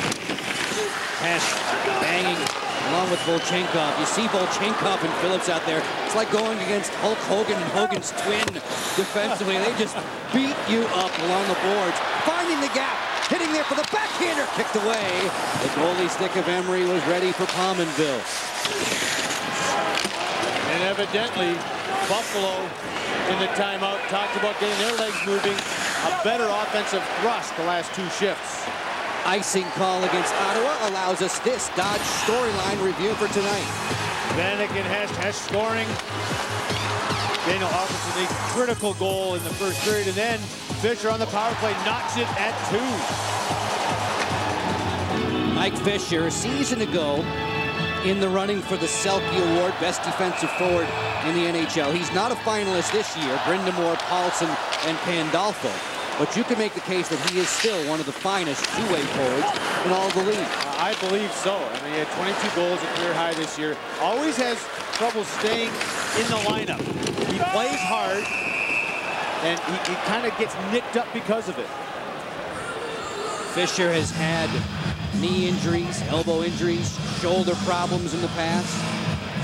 And here's a kid, though, that was in the Ontario Hockey League for Sudbury, Peterborough native. 2nd-round pick, and he's just now coming into his prime.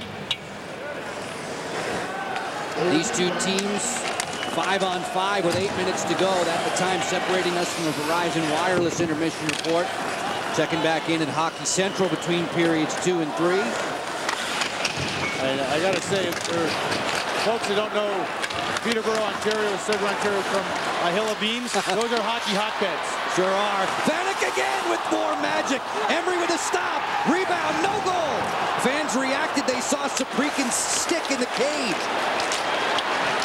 The net billowed.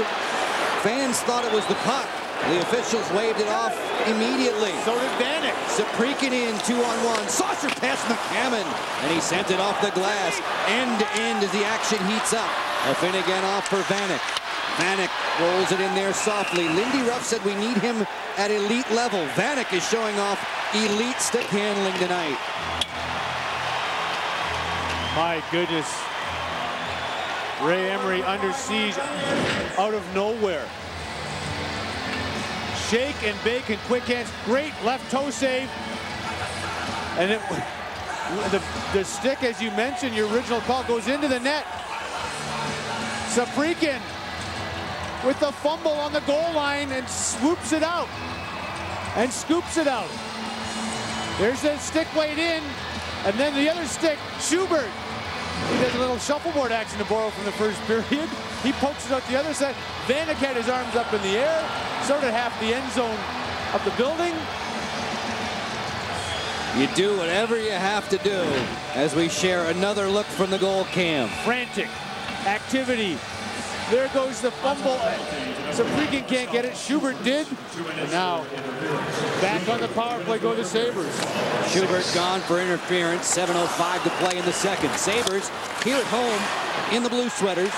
Game 3 of this series, Monday at Scotiabank Place. The Senators will exchange their whites to join their fans dressed in red.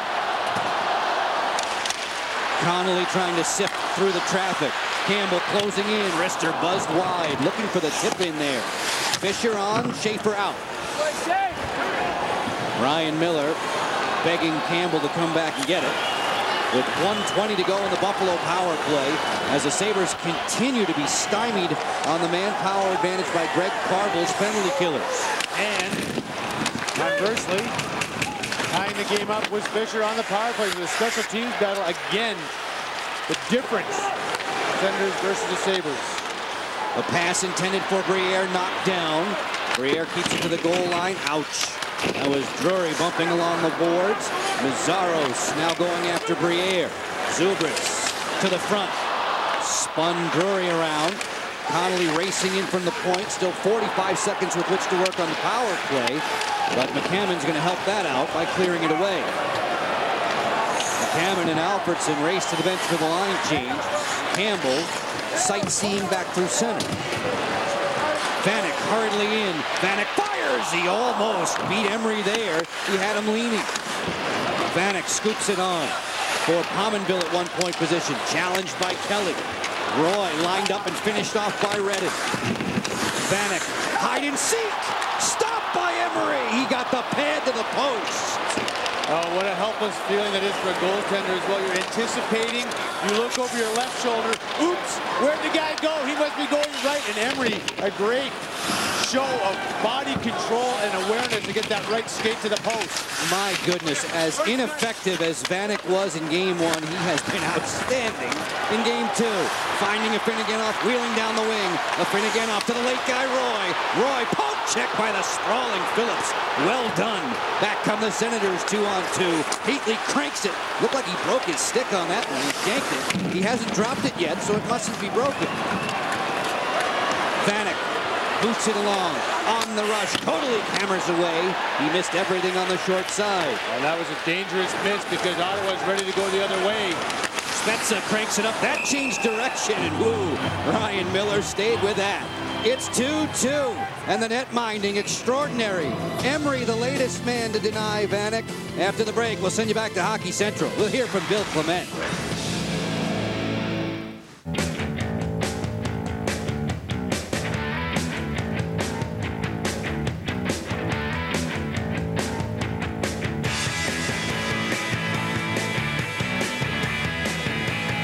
In the end, all roads lead to Dodge Ram.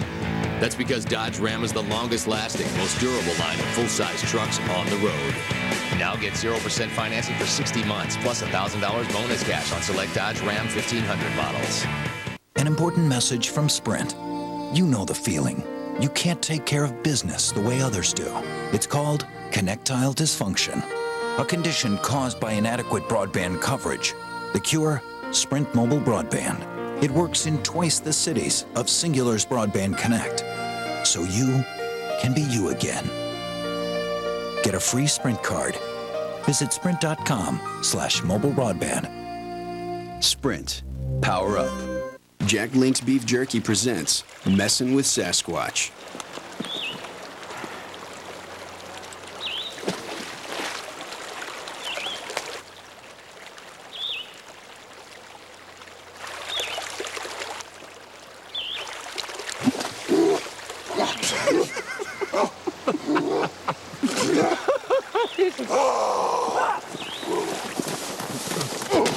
Jack Link's Jerky. Feed your wild side. Bill Clement at Hockey Central coming up. Brian and Keith join me for complete analysis of the second period, plus a look at what's in store on Versus in the weeks and months to come. Join us for the Verizon Wireless Intermission Report, but right now we'll send you back to Buffalo. Joe, Darren, and Bob.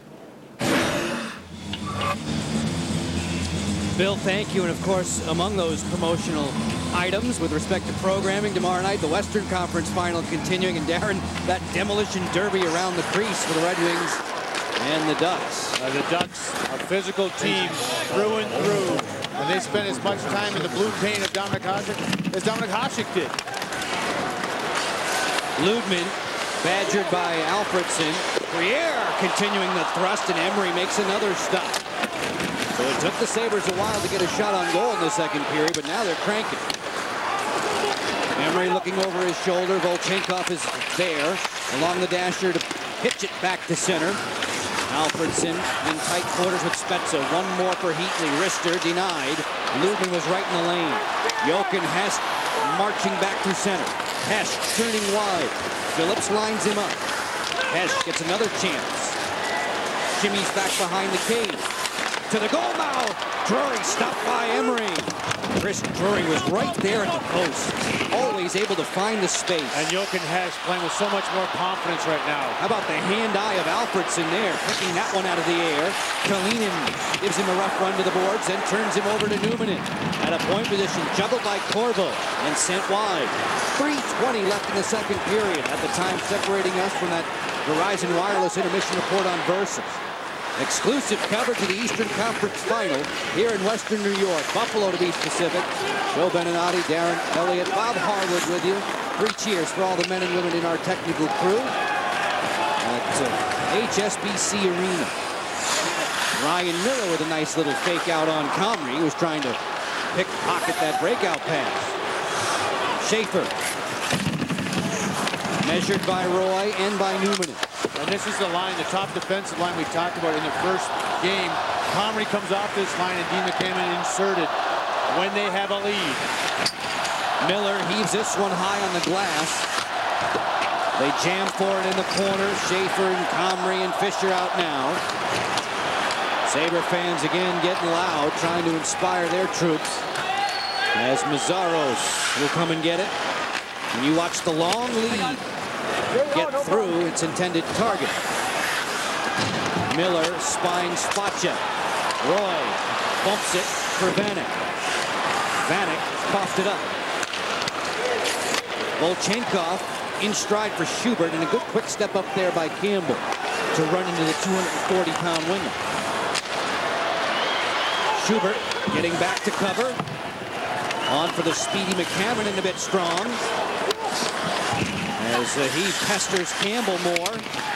McCammon shouldered by Afinogenov. Maxim Afinogenov had a tally for the Sabres in that game. 1 loss. A couple nights back, 5-2. Ottawa prevailed with a big third period. We've got a penalty call coming. Saprikin slow to get back to his skates. And referee Van Massenhoven says roughing. Number 51, 2 minutes roughing. Ryan Campbell way behind the zone, behind the play.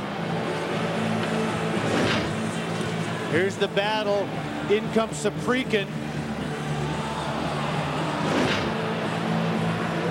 Looked like Ryan Campbell was just preparing himself for the hit, and that's what Lindy Ruff's interpretation is, along with the partisan crowd here in Buffalo. Darren, this has been a remarkable stretch for the Ottawa Senators on the power play on the road. They've got power play goals in 10 straight road games.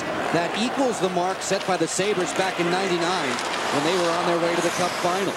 As Spezza maneuvers in, Spezza turns off. It was Saprikin who was hit by that Campbell rough, and Saprikin who's made his way to the dressing room. Hess fires looking for the top corner. He trimmed it a little too fine. Redden swoops back to get it. Wade Redden will carry the mail through center. Joined by Spezza. A minute to go in period 2. Alfredson switching sides for Heatley. Heatley led the NHL along with Vanek in terms of second period goals. He'd like to finish the second period in style right now. Heatley surveys. Good look. Corvo bombs away. Stopped by Miller. Spezza to the front. Zubris keeping an eye on Heatley. And there's another penalty call. This time it's hooking. It's going to be 5-on-3. Corvo with an absolute bomb.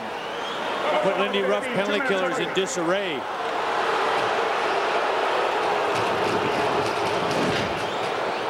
Puck movement. Good look. What a rip. And then the defenders, there's the hook.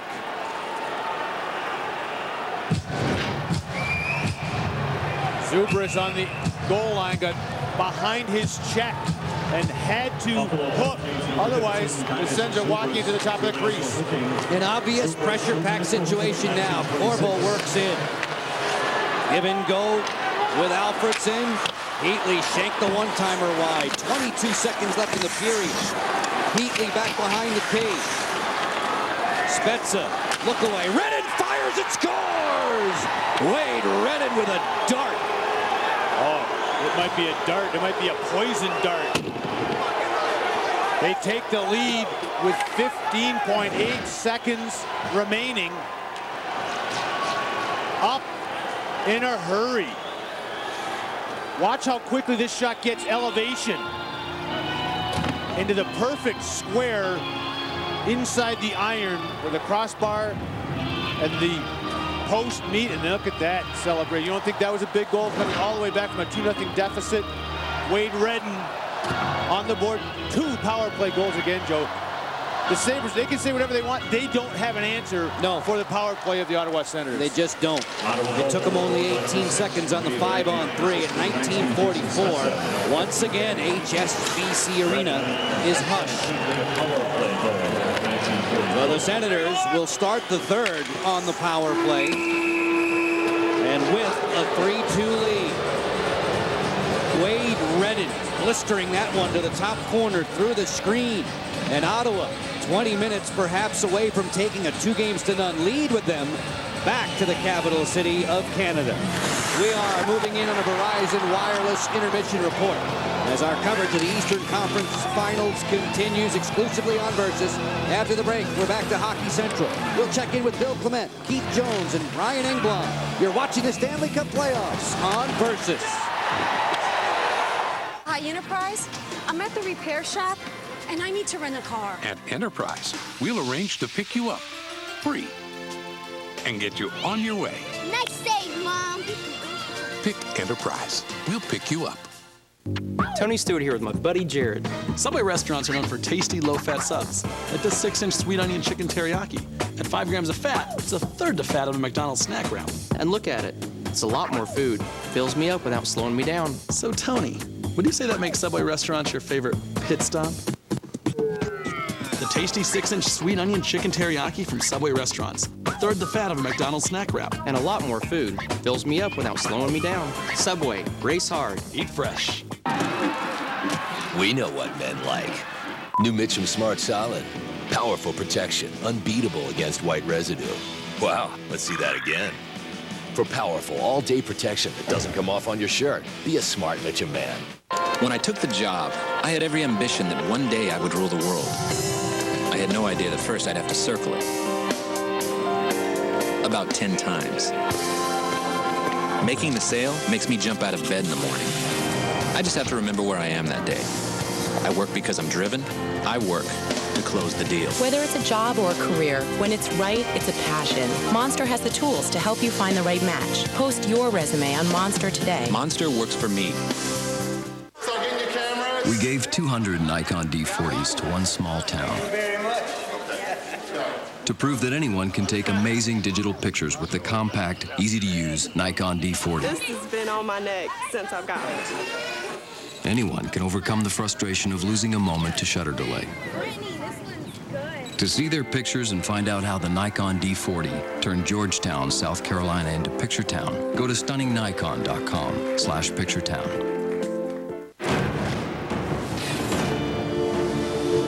The quest for the Cup continues in Buffalo. The Sabres built their reputation on speed, but showed everyone their grit, and now they have the Stanley Cup in their sight. Danielle Briere provides the firepower, and Ryan Miller remains a guardian angel in the crease, protecting it as if it were the very gates of heaven itself. Follow the Sabres quest on Versus and NBC, and log on to NHL.com for complete coverage of the Stanley Cup playoffs. This has been the Verizon Wireless NHL on Versus Intermission Report. Brought to you by Verizon Wireless, official wireless service provider of the NHL. Verizon Wireless Intermission Report. We've got a 3-2 hockey game in Buffalo. Ottawa is ahead. And for Chris Phillips, the standout defenseman for the Ottawa Senators, 9 consecutive years in the playoffs, he's with Bob Harwood. Bill, thank you very much. You'll get a chuckle out of this, Chris. Ottawa power play. I know you watch most of it from the standpoint of the bench, but what are you seeing that's working so well and taking their confidence away down a man? Yeah, I got a great seat to watch some talented players, no doubt. Both units that we throw out, there's a lot of skill out there. They move the puck around well.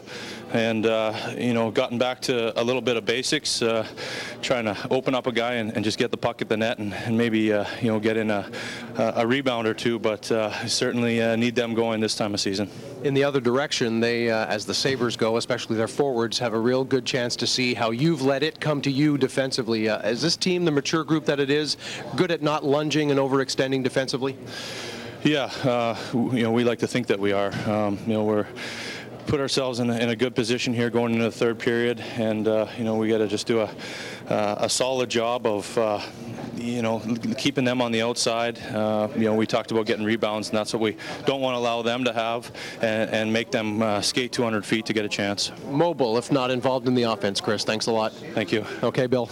Okay, Bob, thank you very much. The Ottawa Senators have star caliber players. They also have some unsung players. One of them is Mike Fisher, in a category, Jonesy, of underrated in the NHL. Where does Mike Fisher rate for you? To me, he's the most underrated player in the National Hockey League. He's like a Swiss Army knife. Every tool that he has is a useful one for his hockey team. He plays at even strength. He plays on the checking line, on the power play, plays shorthanded, and he plays with a tremendous amount of grit and determination. Here he scores a shorthanded goal in the opening game of this series, a huge goal in the series. Physical throughout game one, always in the face of the opposition. An honest, competitive guy who likes to knock people down. Tonight, similar play once again from Mike Fisher, right up there against Chris Drury in his face, and comes right back on the power play. He is as valuable to the Ottawa Senators as Ryan Getzlaf is to the Anaheim Ducks. Very similar in the way these guys play the hockey games. They are very good in a lot of different areas, and that's why they're so important to their hockey teams.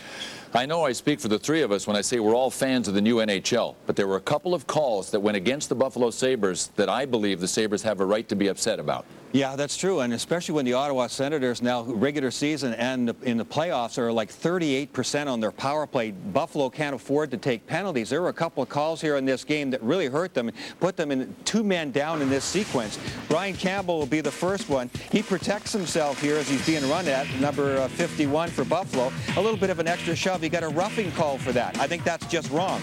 And then number 15 right here beside the net, that's a hooking call because he got his stick parallel to the ice. How are you supposed to cover anybody in front of the net? It's been my biggest beef as a former defenseman that coverage in front of the net is lousy a lot of nights. You have to be able to play stick on stick. Just because he got his stick up a little bit and hooked him, it was a good hockey play. And he ended up getting 2 minutes. Ottawa goes on the power play on a 5-on-3 and scores the go-ahead goal at this point. That was wrong. I don't get on the referees very much, but those two were wrong. Critical time in this hockey game, absolutely right. And Don Van Massenholm is the one who called both calls. He's a very reliable referee. But in this situation, already down a man on a questionable enough call on Brian Campbell to have this reverted back to what the call on Dinah Zubris was, not very good. And obviously the Buffalo Sabres better dig in deep here to come back because they've had a couple of tough breaks in this hockey game. The Ottawa Senators make you pay when you are trying to kill a penalty, especially when it's a 5-on-3. Wade Redden's goal has it 3-2 Sens after 2.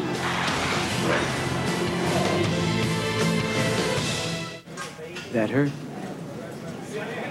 Nah. You're all right. We'll put a little ice on it. It's no big deal.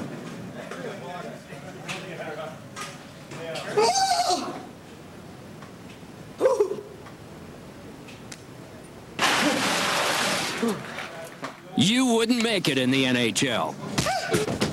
But you can get inside with VCast. Watch highlights, interviews, and everything hockey. Exclusively from Verizon Wireless.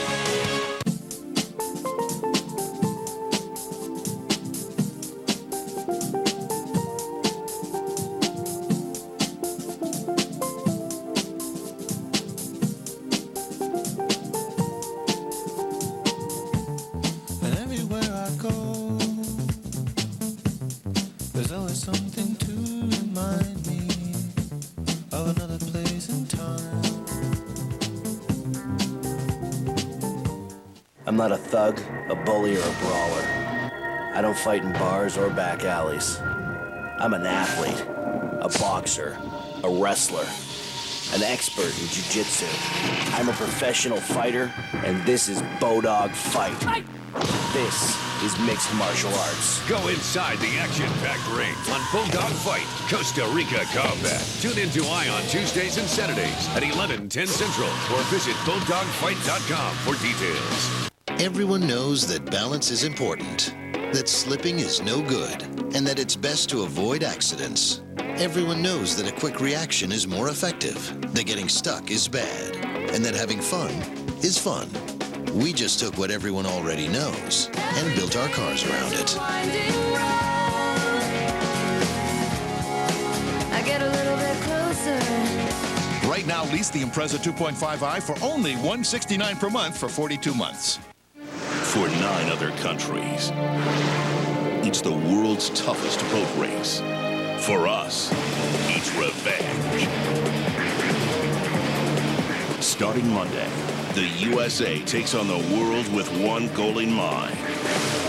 Bring back the cup. The race to the 32nd America's Cup begins Monday live at 8:30, only on Versus.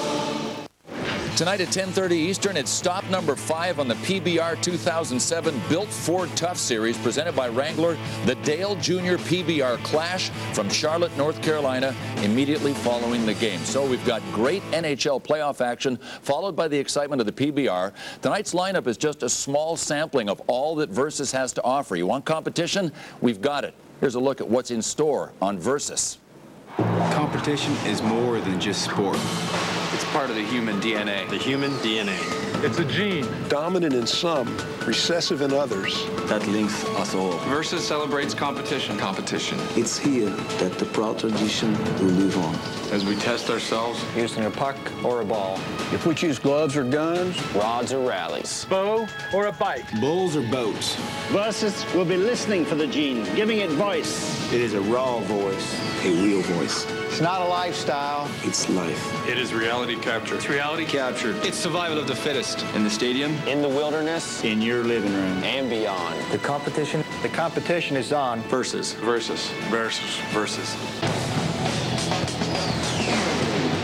What a battle. That was awesome. Terrific. We've got chills because we have a race on our hands. Unbelievable.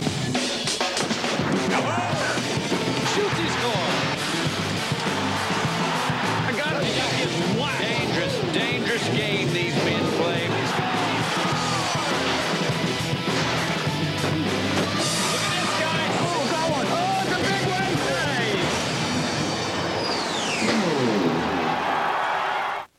Been real good about lunch today. This new KFC biscuit bowl's got all my favorites. It's got chicken. I got a burger. Mashed potatoes. Fries. Got corn and gravy, cheese, and now it comes with a biscuit. Well, I got a bun. It's kind of like a biscuit. Not even a little bit. Biscuit-esque. No, it's not. Introducing the new Chicken and Biscuit Bowl from KFC. Layers of mashed potatoes, sweet corn, all white meat chicken, new home-style white gravy, and a 3-cheese blend. And now it comes with a buttermilk biscuit. Dig into great layers of flavor with new KFC famous bowls. Code red. Need to hide. You again. Hey, where can I compare auto insurance prices at this hour? Easy. Get your Esurance quote, compare prices from other companies instantly online. I save hundreds. You'll save time, too. Quote, buy, print. Not much compares with the convenience of Esurance. I gotta fly. If you're on the go, you gotta have Esurance. Compare and save on auto insurance. Visit esurance.com today.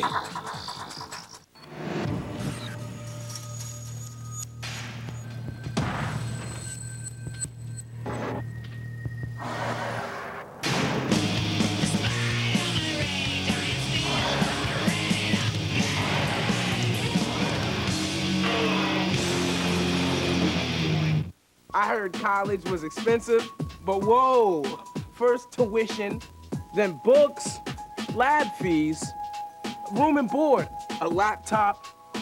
So I'm stressing, how am I gonna pay for this now? Then I found a Strive, loans made just for students. My parents co-signed the loan, so I got the money I needed, and I don't have to pay a cent until after I graduate. And I had my money in about a week. Nice. With an Strive student loan, you can get up to $30,000 for college this year and not pay a cent until after you graduate. Get the money you need now and don't pay a cent until after you graduate. Why stress? Get the money you need for college now and pay it back after you graduate with an Strive student loan.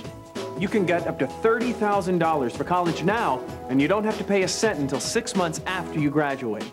Call 1-800-973-6150 or visit us online right now.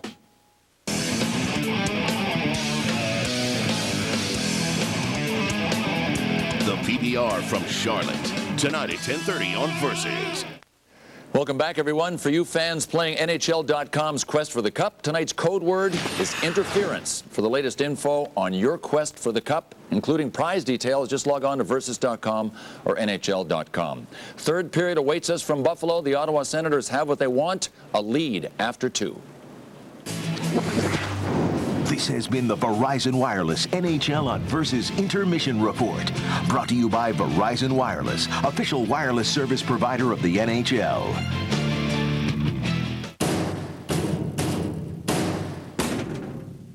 With Herculiner, it's easy to roll on a truck bed liner.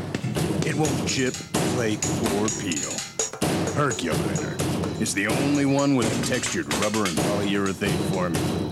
It'll turn any truck bed into a tough, skid-proof, rust-resistant surface. Do it all yourself for less than $100. With Herculiner, the tough comes easy. Pizza? For here to go? Delivery. Delivery. Yeah, delivery. Lois! You never believe me.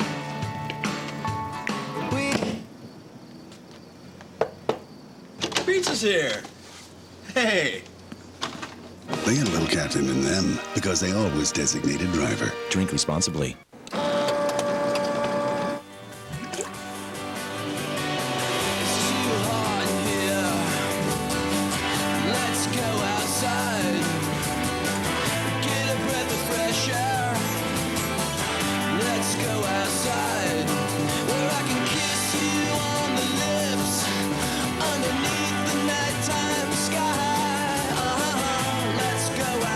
Let's go outside. Coleman, the outdoor company. Jack Link's Beef Jerky presents Messin' with Sasquatch.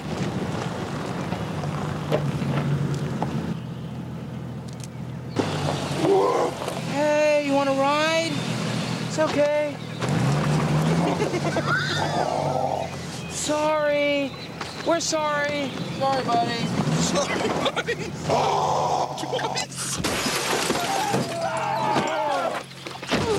Jack Link's Jerky. Feed your wild side.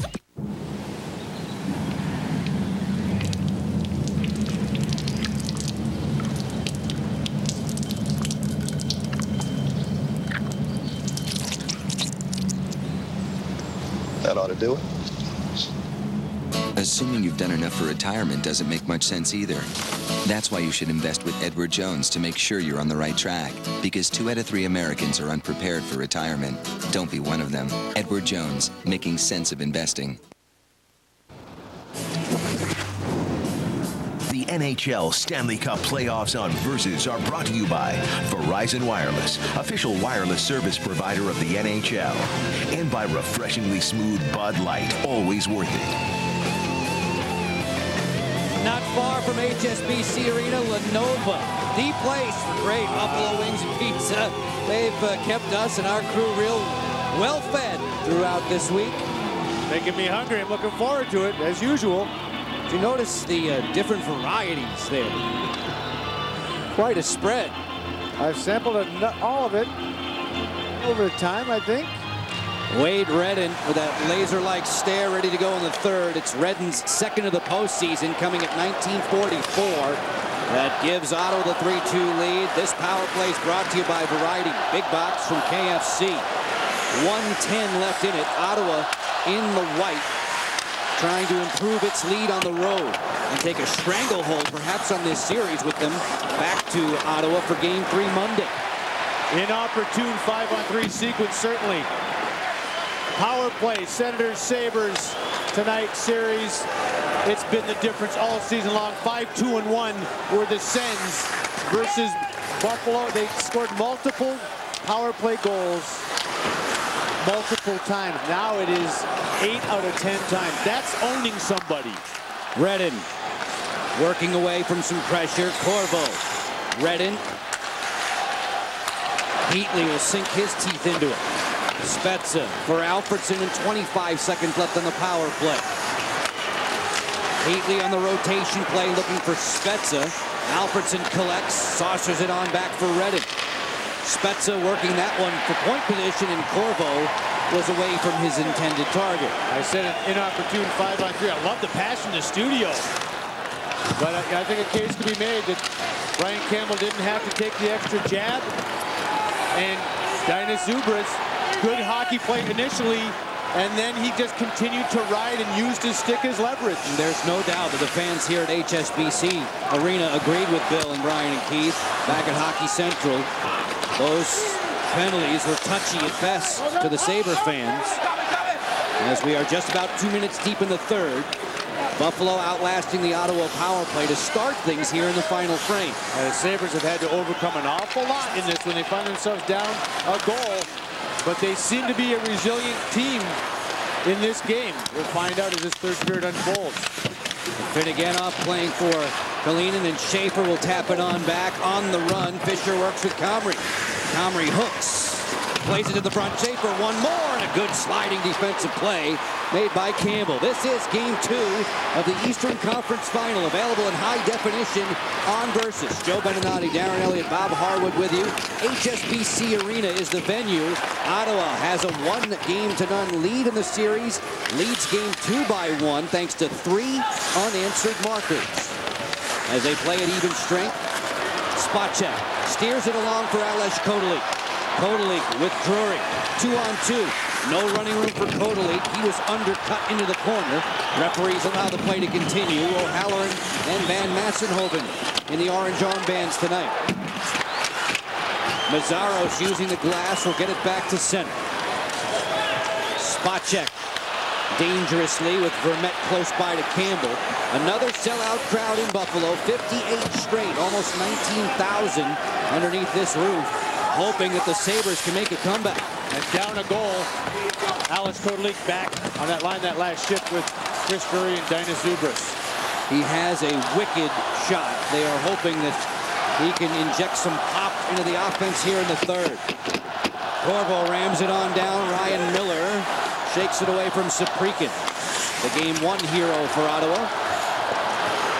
A pass behind Pominville, collected by Volchenkov. Schubert lost it in the lurch there to Briere. McCammon will wheel. A pass intended for Saprikin onto the blade of Pominville. Pominville closed off by Volchenkov. He dropped the hammer. Schubert spins. Schubert double teamed as the Senators are in the midst of a line change. Another rocket from Redden that sailed wide. Anton Volchenkov trying to turn the lights out there. And he looked like old school Eddie Van Imp, or take anybody from that ilk, from that era in the 60s. He lined them up with a hip check. To the corner boards. Gostad, who's still getting back to game pace after missing a number of weeks late in the regular season. Centering feed. Ooh, that was fancy. Spezza didn't find a Senator. Gostad was injured in the regular season, and he was sliced by Danny Heatley's escape in an earlier Buffalo-Ottawa encounter. That happened in early February. Alfredson, who has been a thorn in Buffalo's side, will be content to play it in deep now with 15 minutes to go in regulation time, and the Senators on the lead by 1. Connolly zooms out of his own zone. Connolly, hearing the chants of the fans, finds Vanek! Shut off by Emery, and he will cover. One good chance, but the Sabres have had many, Joe, in this game. Close calls. That one waved off. Batted in with a glove off the iron by Ludman. Oh, poked out by Schubert. Then skate to the post. But how about this old style hip check? Pominville, no worse to wear. Volchenkov. He had it lined up for a long ways away. That reminds me of Rob Blake in his heyday, leading with his hiney. Yeah, the double cheek. Oh, special. That's no fun. Double cheek. Very nice. Finneganov will tap it on back. Little miscommunication cleaned up by Roy. Then another turnover to Kelly as he's thwarted by Campbell. 5.5 gone by, scoreless in the third period. 3 unanswered goals for the Senators. Alfredson, Fisher, and Redden on the board for the guys in white. Vanek and Hesh have tallied for Buffalo if you're just tuning in with us on a Saturday night. Volchenkov stabs it ahead for Saprikin. Roy came right after him, and Roy took the worst of it. Derek Roy bounced up looking for a penalty call. Campbell jets his way through center. Nice feed for Afinogenov. One more on the timing play to Briere. Afinogenov fires. That was shrugged down in front. It never got through to Emery. Afinogenov booming drive. That was turned away, and off the rink she goes with 13:53 to play in the third. It's 3-2 Ottawa, and we'll learn a little bit more about Ray Emery on the other side of the break on Versus. How is this gonna last? I'm ready to hit the Bud Light. I already took care of it. Say, well, all right, now we are gathered here today to join in marriage, Bob and Julie. Bob, do you take this woman to be your lawfully wedded wife? Do I hear and I do, I do, do I hear and I do? I do. Julie, do you take this man to be your lawfully wedded husband? Do I hear and I do, I do, do I hear and I do? I do. Going once, going twice, and now pronounce you husband and wife, you may kiss the bride. And away we go. Refreshingly smooth Bud Light. Always worth it. So what I owe you? 100, 100 and a quarter, 100 and a half, 175, 200, 200 and a quarter. I signed up for car insurance on Progressive.com. I saved money, which was great, but they also have these local response vehicles. And if you're in an accident or need an estimate or whatever, a Progressive guy will come to you. And they're all over. I am a musician who's on the road a lot, so it's pretty cool that they'll come to me if my van, you know, gets pummeled by adoring fans. Or if I hit a pole. Progressive. Saving hundreds is just the beginning. It came out of nowhere. We know what men like. New Mitchum Smart Solid. Powerful protection, unbeatable against white residue. Wow, let's see that again. For powerful, all-day protection that doesn't come off on your shirt, be a smart Mitchum man. Hi, Enterprise. I'm at the repair shop, and I need to rent a car. At Enterprise, we'll arrange to pick you up free and get you on your way. Nice save, Mom. Pick Enterprise. We'll pick you up. Ottawa coach Brian Murray spent a lot of time in the last few days answering questions about Ray Emery's personality and flamboyant style. Today, the focus became with the media on his improved technique and his focus and concentration in terms of letting the puck come to him. He doesn't lunge anymore. He's comfortable in his place in the crease. Great example on the last save with Thomas Vanek, guys. He got to the spot and then the puck found him. Spent a bit of time at instructional camps over last summer and worked on footwork and technique. Darren, a lot more has changed in Ottawa between the pipes as well, hasn't it? It really has. And here's a guy that, you know, Dominic Hasek. So Ray Emery was thrust into the starting role last year, Joe. This year they go and get Martin Gerber. So it was questionable again whether he'd be the #1 guy. He is now the definitive #1 guy. So that helped everybody, the team included, in terms of mindset. He's got the confidence, and experience allows you to be more patient as well. Let the puck find you. Spezza works in, slapper deflected away. Brian Murray used an interesting term. He said last year that Ray Emery was in hurry-up mode, trying to get adjusted to his #1 role. And because of the way he is and his personality, he plays on the balls of his feet forward a lot. Not anymore. Now you want to sit back and have your weight a little more balanced in the middle of your feet, so to speak. And that helps. That's a technical thing that's helped him. Real good numbers against the Sabres in the regular season. Of course, he was the goalie of record in last year's second-round exit for the Senators at the hands of Buffalo. Guys, obviously the athlete had to curb some of the athleticism too, and that's another thing that Murray was talking about. He's big, he's strong, he's flexible, he's athletic, and he's aggressive. He likes the way he's found spots to be on the ice and not just feel like all of me has to get there to battle the puck. So it is confidence, it's technique, and it's reining yourself in at times, I think, when you're that gifted as Ray Emery has been. Well, he's given, too, Bob, his team confidence. I thought Brian Murray brought up another good point. He's part of the core players peer group now. And nothing against Dominic Hasek. He's a star in this league, has been for a long time.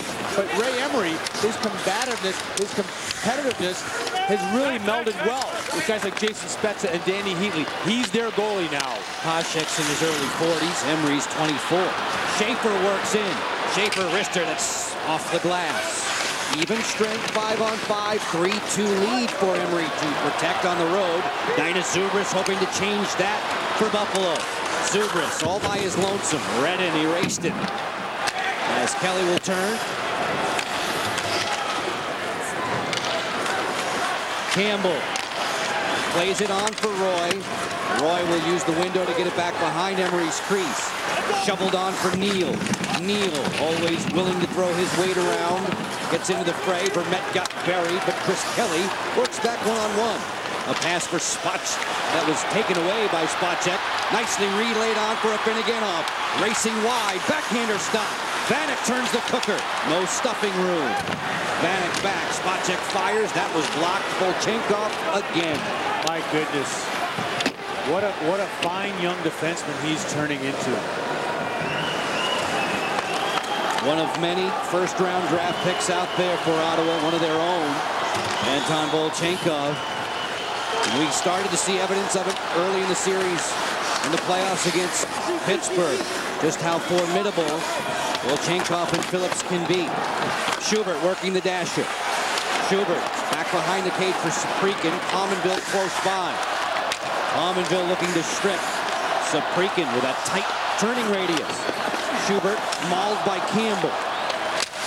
Sabres need one to tie here on home ice. 10 minutes to go regulation. That was just tapped wide as Saprikin opened up for a split second. This line's been good, though. Schubert, a defenseman himself by trade, has become a forward, a 6'4", 230. He can really work the puck down low. That's a big rig. As you watch Kalinin play it on for Ludman. Out through center. Spezza was in good shape defensively. Alfredson carried to the glass. The wrister from Heatley. No worries for Ryan Miller. Shots on goal in the game, 23 for Buffalo, 18 for Ottawa. What's behind you? 23 for Buffalo. They had 15 in the first. Mayer in a takeaway to the slot. Connolly fans. Counter-punching back from the Senators. 3-on-3, Mazzaros jabbed aside by Miller. Along the boards, the battle continues. Connolly comes away. Connolly turning wide. Finagle's around Spezza. Fires, and Emery makes a flashy glove save. We'll continue with more. Game 2 of the Eastern Conference Final. Ottawa in charge for the moment. Tony Stewart here with my buddy Jared. Subway restaurants are known for tasty, low-fat subs, like this 6-inch sweet onion chicken teriyaki. At 5 grams of fat, it's a third the fat of a McDonald's snack wrap. And look at it. It's a lot more food. Fills me up without slowing me down. So, Tony, would you say that makes Subway restaurants your favorite pit stop?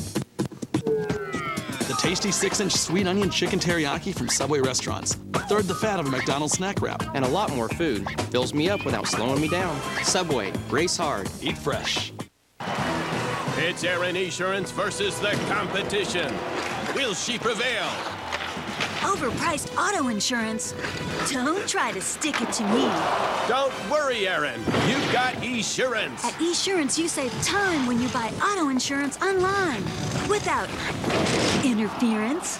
Auto insurance hassles, I'll take a pass. Quote, buy, print. Make it your goal to save time and money on auto insurance. Visit Esurance.com today. For years, I've been telling you how to get cash now for your structured settlement or annuity payments. Times change, and your financial needs change with them. If you need cash today, J.G. Wentworth can help. We work with thousands of people just like you to get the most cash for their structured settlement or annuity payments. It's your money. Use it when you need it. Call J.G. Wentworth today. Call 1-866-393-4944. This has been a very physical encounter. It's been intense, and you might expect some desperation. It's hit or be hit. We said that in the first game, and in this game, Ottawa, to me, just like the game. Buffalo was maybe more physical early on, but even Emery on the way out, all his teammates, they picked up the pace physically, and they now have a 1-goal lead. Sabres, the President's Trophy winners. 113 points, the top seed in the East. In trouble in Game 2 of this Eastern Conference Final, trailing by just 1 marker, but already down 1 game in the series. And it will shift to the capital of Canada on Monday. We'll have it for you exclusively Game 3 on Versus as our Stanley Cup playoff coverage continues. Of course, the Western Conference Final action continues from Detroit. Tomorrow, the Ducks will try to draw even with the Red Wings. Fisher in a duel with Drury along the boards. Both teams at even strength in 5-on-5. And our guys in the studio will appreciate this. Back to those touchy calls that created the 5-on-3 for Ottawa. Yeah. Lindy Ruff watching a game tape of a game when he was playing, talking about getting only 10 minutes worth of work. And in today's game, he would have been called for 15 hooking penalties. With the way they judge it now, he's watching a game with James Patrick and said, look, I'm hooking again. Hooking again. He said it was awful. He didn't want to go back to that. And are there some tough calls? He said, yes. Well, I'm sure he says there's been 2 tough calls. The one on Brian Campbell, it wasn't much of a rough. But you can't put yourself in that position. You have to be more disciplined. The stakes are too high.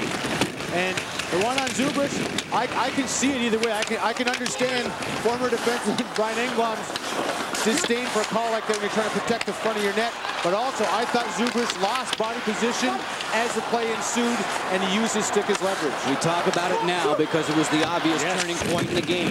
3-2, Ottawa has the lead with 8 minutes to play in regulation time in the third period. Schubert, stick handle that one back to center. That means he traps Saprikin offside. The delayed offside will not be whistled. Numanen will work back through center. Teppo Numanen has to use the shortest hockey stick for a defenseman, perhaps, in all the NHL. Yeah, he really does. And typically defensemen use longer sticks so they can use it to steer guys wide and use it for their reach. But the thing that you gain with a shorter stick is better control, ability to handle the puck. Pominville will handle it now with Hesh. Hesh hooks one back to the boards. Salinder fires. That one sails high. 7:25 to go in the third. 3 unanswered strikes for Ottawa. Compliments of Alfredson, Fisher, and Redden. And a 3-2 lead for the Sens. Lubman gets into the act. Out of the air, Pominville bats it down to himself, then put himself offside against the Sabres. Well, Joe, you talked about the obvious turning point, the 5-on-3 at the end of the second period. How about 2-0 lead in the first? Here comes the save at the time. Pominville, great right pad save on the rebound by Emery. If Pominville scores there, it makes it 3-0. And at the time, I remember we discussed it. Mark that save because that was critical. If you don't make that save, you might not have the comeback. Now his team has come back and scored 3 times to make that save pivotal in the wider context of this hockey game. It's a Buffalo team that was enjoying a 2-goal advantage early in the contest and has been so good whenever they get that kind of cushion. 3-2 right now for Ottawa. As Fisher plays a dasher, Campbell will pinch. It got through Schaefer and back to center, and Comrie was bumped away by Spacek. Schaefer making a beeline for Campbell. Campbell wins that little battle, and Kodalik will clear it on down. Emery playing for his defenseman Volchenkov, not out. Spacek slap pass, Kodalik high and hard, but off the target. Connolly wraps one to the front, Comrie on guard. Mike Comrie, diminutive, a winger, able to flash his way back through center with Fisher. Fisher looking to the wing for Schaefer.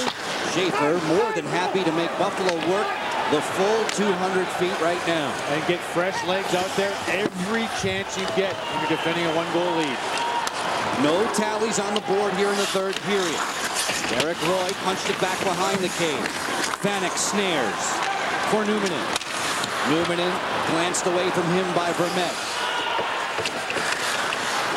Picked up by Teppo Numanen once more. Out there for Vanek, the Austrian-born winger, who's been super tonight, fires. Emery kneeling to deny. Neal sends away Chris Kelly. Kelly, with that high hockey IQ, will play it in deep. Ryan Murray loves his intelligence on the rink. And he was a captain at the American Hockey League level for the Binghamton affiliate. So you know that he's a leader, and as you said, good hockey acumen as well. Ryan Murray said earlier in the day, coaches are complainers by nature. He doesn't have a lot to complain about with Kelly on the ice. A Finneganov, back to point position, Campbell lets the defender slide by and through the screen. Emery makes the stop. 3-2 Ottawa. Don't move now. I think the meeting went really well. Great job, Abby. I wish some of our managers worked as hard as you do. Oh, well, I guess you'll just have to promote me to manager then, huh? Oh, there's a new sheriff in town.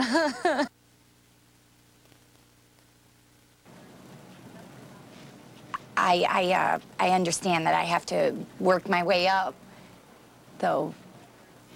Singular's name is now AT&T. Now get Mom a red pearl for Mother's Day.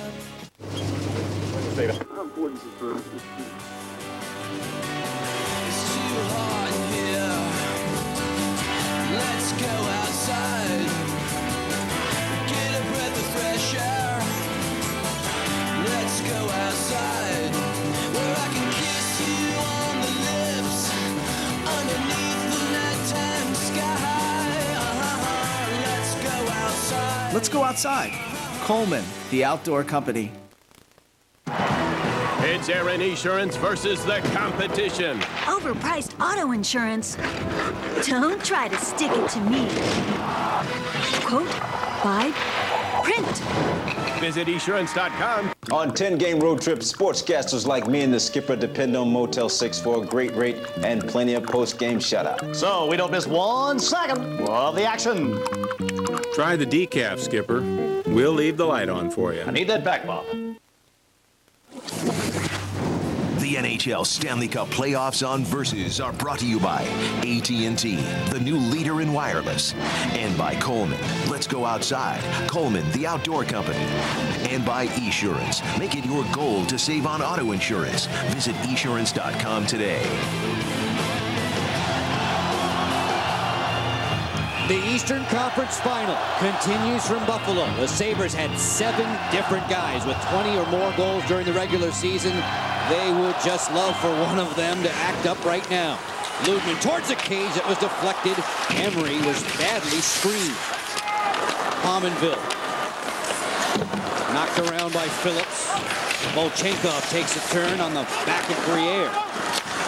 Pominville's pass deflected, answered by Daniel Alfredson, the Senator captain, working another 3-on-3 with Spezza. Beautiful move. Spezza fires, and that's stopped somehow by Miller as he had that jump screener in front. If you're just tuning in with us, this was the turning point late in the second period. There's the battle. Early on good. Zubras whistled for hooking. Red moments later makes it a 3-2 game. Zubras was battling hard. Redden made them pay for what many people believe a discretion that was marginal at best. An indiscretion, excuse me. Wade Redden in the past, a 29-year-old Saskatchewan native, a Norris Trophy consideration type. That Norris Trophy showcase continues out west tomorrow on Versus when the Western Conference Final continues. All those tremendous blue liners, Pronger, Niedermeyer, Lidstrom, Chelios. And there's a Norris Trophy in the coaching box, too. Heatley denied by Miller. Randy Carlisle for Anaheim has one of those on his mantle. 4 minutes to play in regulation time. The Buffalo Sabres in jeopardy of falling 2-0 in this series.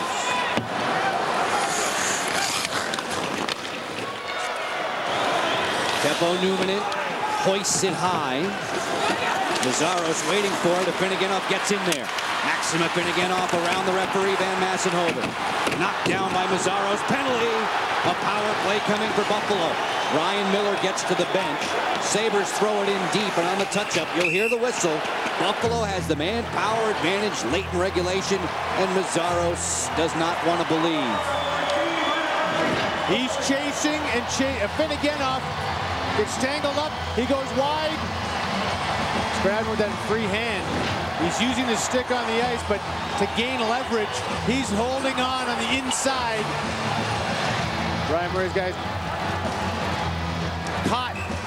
He doesn't believe it either. You don't have to be that great of a lip reader to realize that Brian had his issues with that. Yeah, but you know what, though, Joe? You said it. In the morning, when they're not in the heat of battle, Brian Murray very honest. He said, we're complainers. We're not going to believe in these calls. We're not going to like these calls. And it's tough to take because it's so hotly contested and the teams are so even. You look at the power play numbers. That's the Sabres. This would be the right time to snap out of 0 for 10. A reminder for our viewers on Versus coming up next, the Dale Jr. PBR Classic from Charlotte, North Carolina. That follows our action in the NHL Eastern Conference Final. 145 on the manpower advantage for Buffalo. Ryan Campbell. Lindy Ruff was asking for more awareness, quicker decisions from him tonight on the power play. Into the corner, Kelly, bothered by Gostad. Briere jumps into the fray. Good work by Bolchenkov once again. And that's great scouting because they know Daniel Briere loves that quick step wraparound on his forehand. Bolchenkov got to the spot on the post before Briere could get there and get the puck to the scoring area. Campbell gets the helping hockey stick from Connolly. Swatted around the turnstile. Finneganov posted up away from Fisher. It got through and Fisher will clear. Alfredson with 2.5 to go in this third period.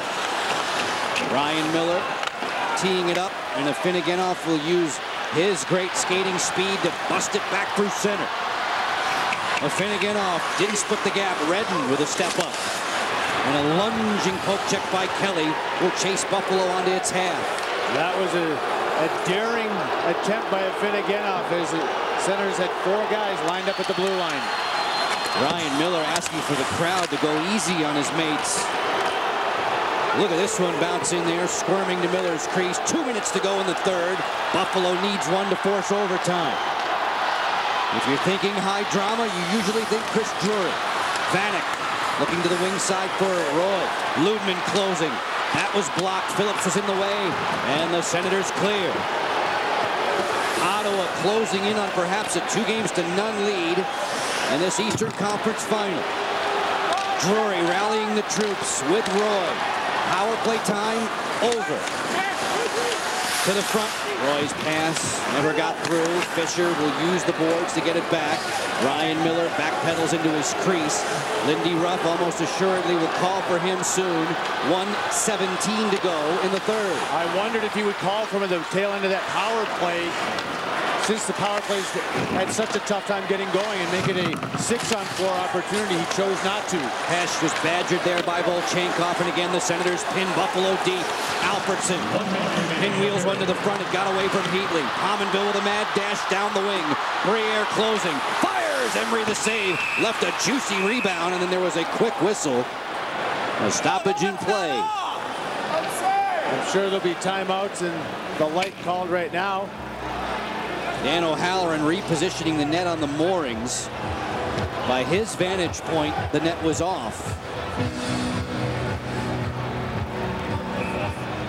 I brought up the case, Joe, of potentially getting Miller off the ice at the tail end of that power play. Timeout, Buffalo.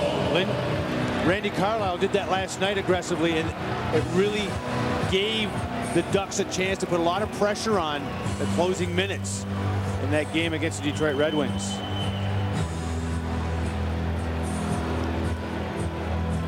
Timeout has been asked for by Buffalo.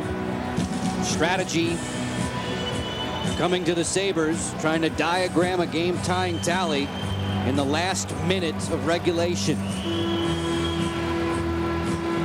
Ottawa on the lead by 1. Keep your eyes peeled for someone named Chris Drury. Back in round 2, it was his heroics in the final 10 seconds that won a pivotal Game 5 for Buffalo in this very rink. Down 1-0, less than 8 seconds remaining on the clock. That was a game-tying goal, but it was a series-winning goal, and he knows how to score winning goals in the playoffs, does Chris Drury. Drury, top 5 in the league in terms of winning face-offs. Digging in is Antoine Vermette, who's been good tonight, and Vermette beat him clean. Phillips around the wall, not out. Good pinch in by Campbell. Stuff attempt at the post. Emery down, no whistle yet. Loose there, Connolly holds. Connolly shake and bake, wrister deflected high. Off the wall, Drury with Vanek. 30 seconds to go in regulation. Wild scramble to the corner. Kelly clears, takes a pot shot towards the empty cage. Not enough starch for an icing call. That's a big clear because Fisher was without his hockey stick. Connolly zigzags into the offensive zone. Connolly late to pull the trigger. Emery pokes it into the corner. 14 seconds to go in the third. Tied up along the dasher. Zubris jimmies it free. Connolly for Drury. Connolly fires. Loses grip. Score! Daniel Briere!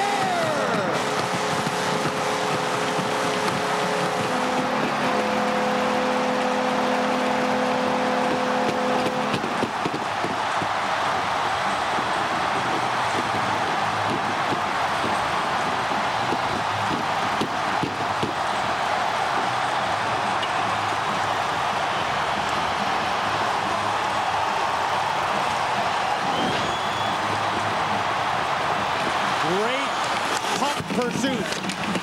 Everybody around the puck. Campbell comes down the boards and changes everything. It allows Drury to get the puck back.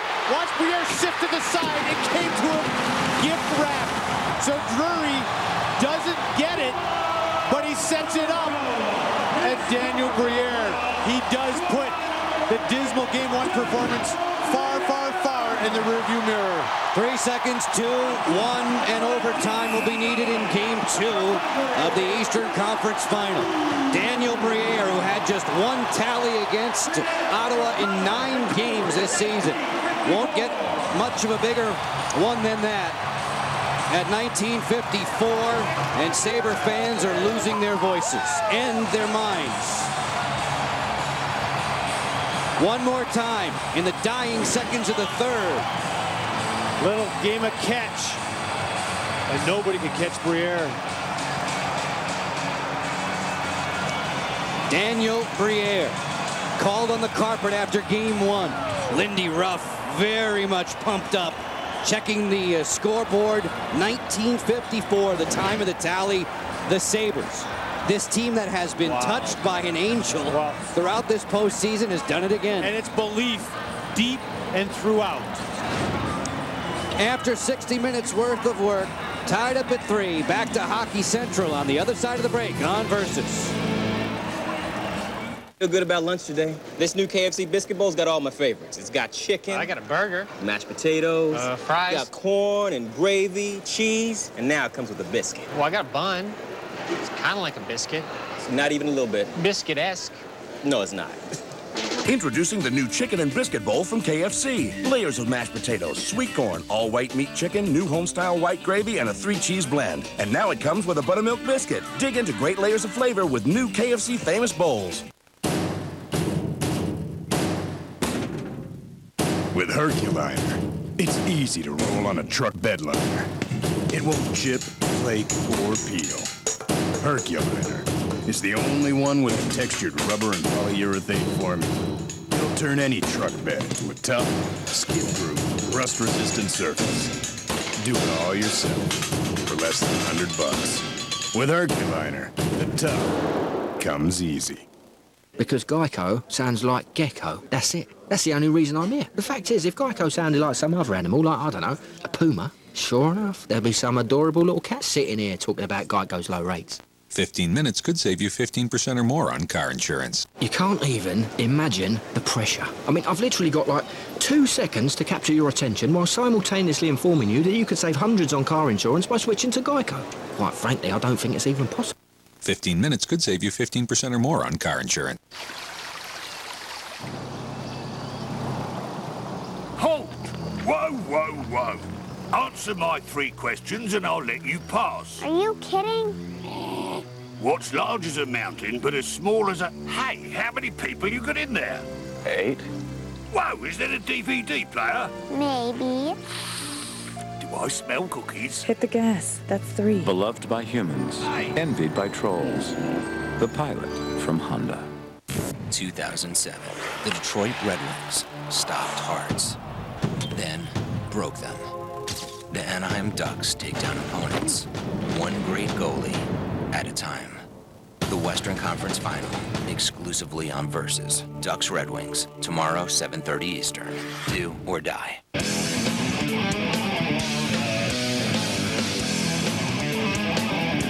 The PBR from Charlotte, next on Versus.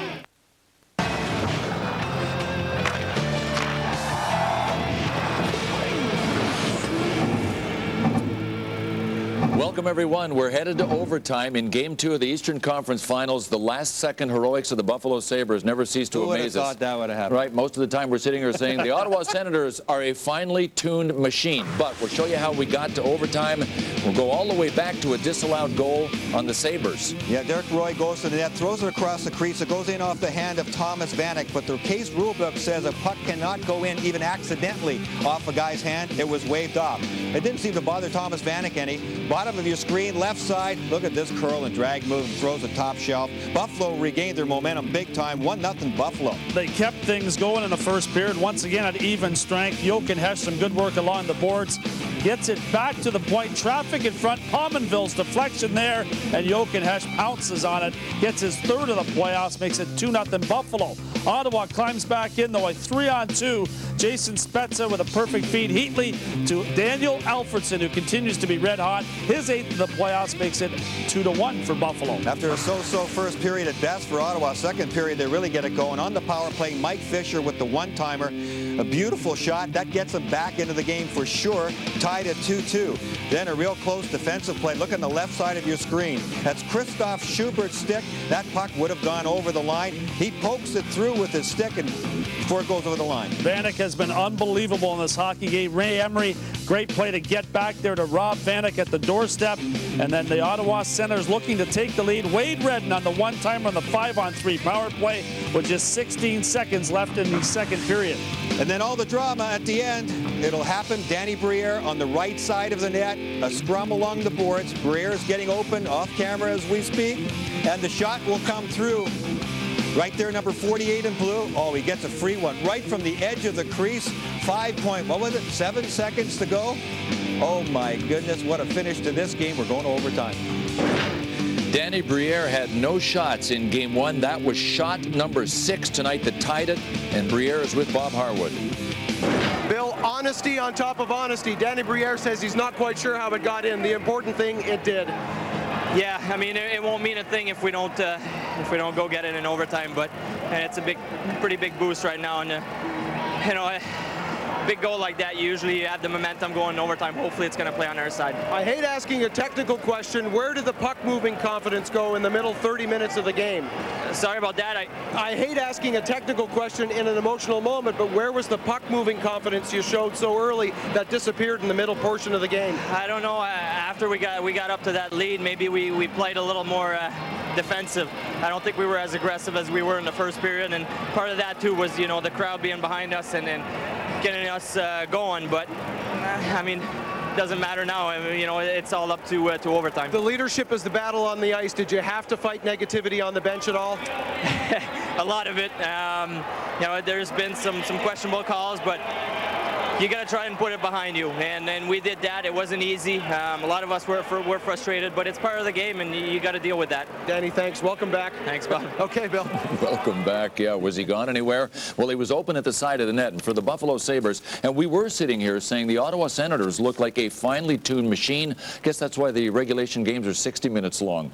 Yeah, absolutely. Whatever Lindy Ruff drew up, whatever play it was when he called timeout late in this hockey game, it worked. But Daniel Briere, you give him a lot of credit. He didn't chase the puck. He stayed in one place. He stayed in an open position in front of the net. He took the chance that Tim Connolly would be able to get that puck through. Thomas Vanek does a great job with the screen in front of Ray Emery. And, of course, if you're at the right place with a wide open net, if you're Daniel Briere, you're going to finish that. A great job by him. The finely tuned machine was leaky right at the very end. Ottawa had allowed 2 guys behind. It wasn't just Briere that was alone off to the side of the net. All the Senators were out there in those closing seconds trying to block shots and getting shooting lanes, which is a great thing. But you have to turn around and be aware of who's right on the immediate doorstep, too. Those guys shouldn't have been open and cost them. That said, 2 of us sitting at the desk have played in positions to protect leads. I don't know if you were the guy, but I know that Brian and I were in that situation. So you can say what you want. Daniel Briere said, I think we sat back when we had the lead. It's hard, even for the Ottawa Senators, to try to protect that 1-goal lead when you know that a win can get you up 2-0 in the series. So this is what it looked like. Daniel Briere's tap-in,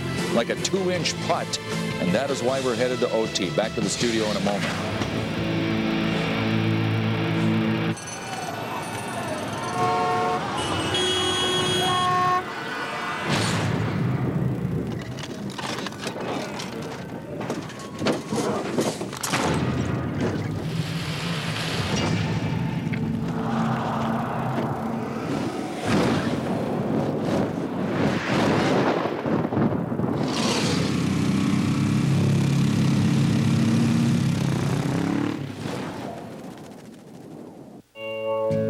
State lines. 47 red pickup trucks, and 3 bouncy things, 125 windmills, 98 Joshua trees. One great place to start counting sheep. Super 8, with over 2,000 locations, free high-speed internet, free breakfast, and great rewards with Trip Rewards. Wherever your journey takes you, you can count on Super 8. See you along the way. Super 8, proud member of the racing family since 1996. See you along the way. Every day, workers across America cover our good name with dirt, dust, paint, oil, grease, and mud. And you know what? We're fine with that. Dickey's, a legend in work.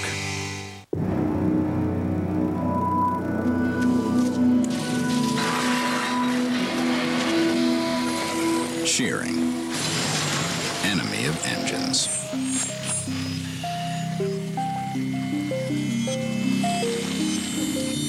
Enemy of shearing, Pennzoil Platinum Full Synthetic with adaptive molecules that continually separate and reform to help conquer the forces that can tear oil molecules apart. Not just oil, Pennzoil. And you're sure I shouldn't go with a fixed rate home loan? Oh, yeah. You're going to love that variable rate. Congratulations, you have a home loan. But my home loan left me with a bad feeling. And then my interest rate went crazy and got really expensive. You need a Capital One home loan. You're not kidding. Keep the monkey off your back. Call Capital One Home Loans and get a fixed rate below prime. Plus, lower your payments an average of $400 a month. What's in your wallet? A quick reminder, it is stop number 5 of the PBR 2007 Built Ford Tough Series right after our hockey game. It's presented by Wrangler. The Dale Jr. PBR Clash from Charlotte, North Carolina. That is immediately following overtime. Today at the World Championships of Hockey, Canada defeated Sweden. The goal scorers Rick Nash, Mike Camilleri, Jonathan Taves, and somebody else that remains nameless at this point. Finland defeated Russia 2-1. It's Eric Stahl, one of the Stahl brothers. So tomorrow, we do know this, Canada and Finland will meet for the World Championship. The gold medal, the bronze medal will be decided between Sweden and Russia.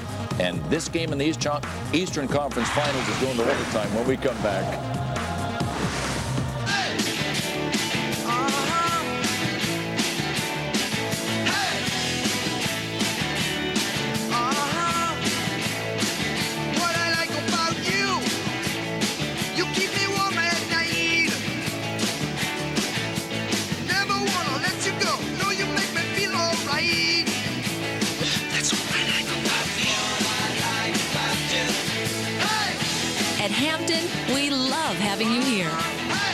Everyone knows that balance is important, that slipping is no good, and that it's best to avoid accidents. Everyone knows that a quick reaction is more effective, that getting stuck is bad, and that having fun is fun. We just took what everyone already knows and built our cars around it. I get a little bit closer. Right now, lease the Impreza 2.5i for only $169 per month for 42 months. Now that the days are longer and the weather's getting warmer, my husband and I were talking about everything we need to do this weekend. He said we should thatch the lawn, clean the barn, fix the fence, and put new belts on the mower. So I said, great. What should we do on Sunday? Time to dig in and get the job done at Tractor Supply. Through May 20th, save 15% on groundwork seed, sprayers, hose, sprinklers, and garden tools. And this 24-horsepower Husqvarna, just $19.99. The stuff you need out here is in here. Tractor Supply. Traffic ahead. Incredible. You found a golf course near the conference. Awesome Chinese. Now you find me a way around traffic. I love you. Turn around. Every now and then I get a little bit lonely and you're never coming around. Take Market Street exit. You're right. We'll just keep it professional, you know?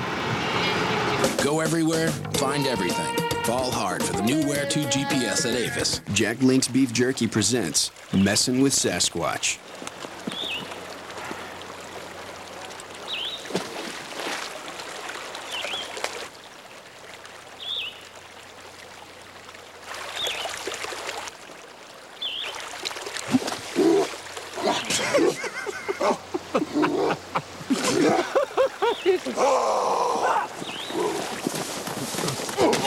Jack Link's Jerky.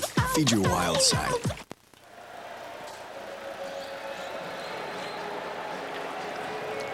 "60 minutes complete, regulation time." Those are the huddled masses at HSBC Plaza outside of the arena, hoping that they will once again erupt should Buffalo prevail in overtime. Daniel Briere with his third of the postseason at 19:54, officially of the third, forcing this game into the extra session, erasing an Ottawa 3-2 advantage as the two teams make their way back to the playing surface. Ray Emery foiled in his bid to send Ottawa back home with a 2-0 lead in this Eastern Conference final. They'll put 20 minutes up on the board. And Darren, back in the open, a long time ago on this telecast, we talked about these two igniters being blanketed in game one. They've turned it around tonight. They sure have. The co-captains have, you knew they would come out and play better. Well, they did, and they conspired on the game-tying goal. But Daniel Briere, to me, again, he's the catalyst when he's going and getting shots on goal like this. Chris Drury, he's the guy always lurking to score the big goal. Briere, when he's effective, it means their offense in total is buzzing. Tonight's overtime presented by Esurance. As our coverage of the Stanley Cup playoffs continues exclusively on Versus, we are available in high definition. HSBC Arena is rocking. Buffalo and Ottawa. If you're just tuning in, Sabres in the blue, defending home turf, underway in extra time. Nazaros will use the glass to send it on back. Ludman in a foot race with Spezza. It's touched up, and it's an icing call against Ottawa. If you're thinking about game winners on the Buffalo side, players who have tallied in overtime in their playoff careers, Chris Drury on top of the list. That's why we said he's always lurking. He plays a complete game, but sometimes he completes games as well. Hesht, Briere, Pominville, reunited this evening by head coach Lindy Ruff. Lindy had said that trio had gotten stale. They were a bit flat as Alfredson fans on a wrister. They're awfully fresh tonight. Alfredson, poke check. Spezza walks in, fires. That was deadened on the way. The ricochet starts the Sabres back 3-on-2, but a good pinch there. Good step up in neutral by Mazzaro. That's a good read, and you have to be confident to make that step, because if it's a misplay, no way can you recover. That's a great example of what you talk about when you say keeping the gap close. Exactly. Not allowing lots of running room for those forwards. If you back off there and you're Mazzaro, then there's no way you can step up, and they're going to gain the zone anyway. First minute of sudden death, now done. Scoreboard level at 3. Joe Beninati, Darren Elliott, Bob Harwood. So glad you've tuned in with us on Versus tonight. A sellout crowd at HSBC Arena, roaring their lungs out. Comrie chisels it. Kalinin will play. Keppo Numanen worming his way through center. Roy boxed in there by Volchenkov. Looking again up to the goal mouth. Vanek, who's been special tonight, didn't get a stick on that. Spacek heaves it towards the goal. Turned away by Comrie and played to safety by Fisher. Schaefer moves it along. Comrie 1 against 2. Didn't like his odds. Ryan Murray wants the line change. Vanek lost it at center. Spacek continues the thrust. That was turned aside. Kelly in good defensive position. Ray Emery against Ryan Miller in the netminders duel. Ottawa against Buffalo here in the Eastern Conference Final. These two teams are so evenly matched. On the move. Connolly with a wrister high and hard and off the glass. This will be another one-goal decision between these two teams. It'll make it 9 of the last 11 in the playoffs, decided by 1. Newman back to center. Redden collects. And it's not as if one team's a counterpunch team and the other is always putting the pressure on. They both play a similar style as well, and it is exciting hockey. If you've just joined us, if you've been with us all the time, you know that to be true. Brennan sips it wide. Really an outstanding Final Four group of NHL participants battling for the Stanley Cup. Detroit and Anaheim will renew acquaintances tomorrow. on Versus in the Western Conference Final. Alfredson, point position. Long glass coming, deflected. Ryan Miller tries to stay with it. Heatley whiffed on that bouncing biscuit. Danny Heatley for Alfredson. Ottawa's big line out there, although in the midst of a change. Alfredson throwing his body around. Sabres will pounce on it. German-born Jochen Hesch shimmies through center. Turned away by McCammon. Such a character player in Ottawa's lineup, number 37 in the white. Alfredson, who's got to be low on gas, working wide. McCammon, one more time for the captain. Alfredson spins. Hooks one towards the cage. There's Schubert. Centering feed that was gobbled up by Spacek. Alfredson has kept his goal-scoring streak alive in this game, converted the business end of a beautiful 3-on-2 back in the first. Phillips content to play it deep. We are 4 minutes done in sudden death overtime on Versus. Miller will hold. And Campbell will fire up that engine for Hesch. The long pass looking for Pominville, turned away. Phillips on the lead. Saprikin pulls the trigger wide of Miller. Eric Roy punched it back to neutral. Tom Preissing, who's played sparingly as the game has gone along, working with Joe Corvo. Preissing to the front, deflected high. Comrie was stationed in the slot.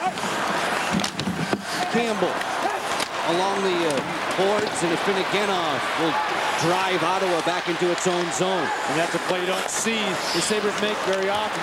They try to possess the puck up the ice, but not in overtime. You got a great low-angle look at Preissing using the net for leverage there away from the forechecker. Tallinder golfs it around. Comrie to the front, deflection try. Miller the save. He beat Chris Kelly. Tallinder lobs it on back. On the run, the dangerous Vanek. 43 goals during the regular season. And he's been a stick-handling demon tonight. 26 in the blue. Antoine Vermette collared there by Ludman. Vermette with a gloved hand. You're allowed to do that in the defensive zone, forging it forward. Zubris did not get it through Mazzaros. Chris Neal towards the cage, ushered away by Ryan Miller. 5.5 gone by in sudden death overtime. Two teams 5-on-5. Miller handles at BB. The rebound was juicy, however. Neal behind the cage. Kelly on the outside. Phillips deking away from Zubris. Good defensive work. Zubris on the send away for Alesh Kodali. Kodali to the front, and he just was trying to get Chris Drury's redirect. 3-3 on the big board. Buffalo tied it dramatically late in the third. Daniel Briere doing the honors with a little less than 6 seconds to go. Ottawa leads the series 1-0. Game 3 Monday in Ottawa. Spezza drills that one high. Spezza from the sharp angle. Miller the save. Follow-up chance. Miller with a glove at the ready.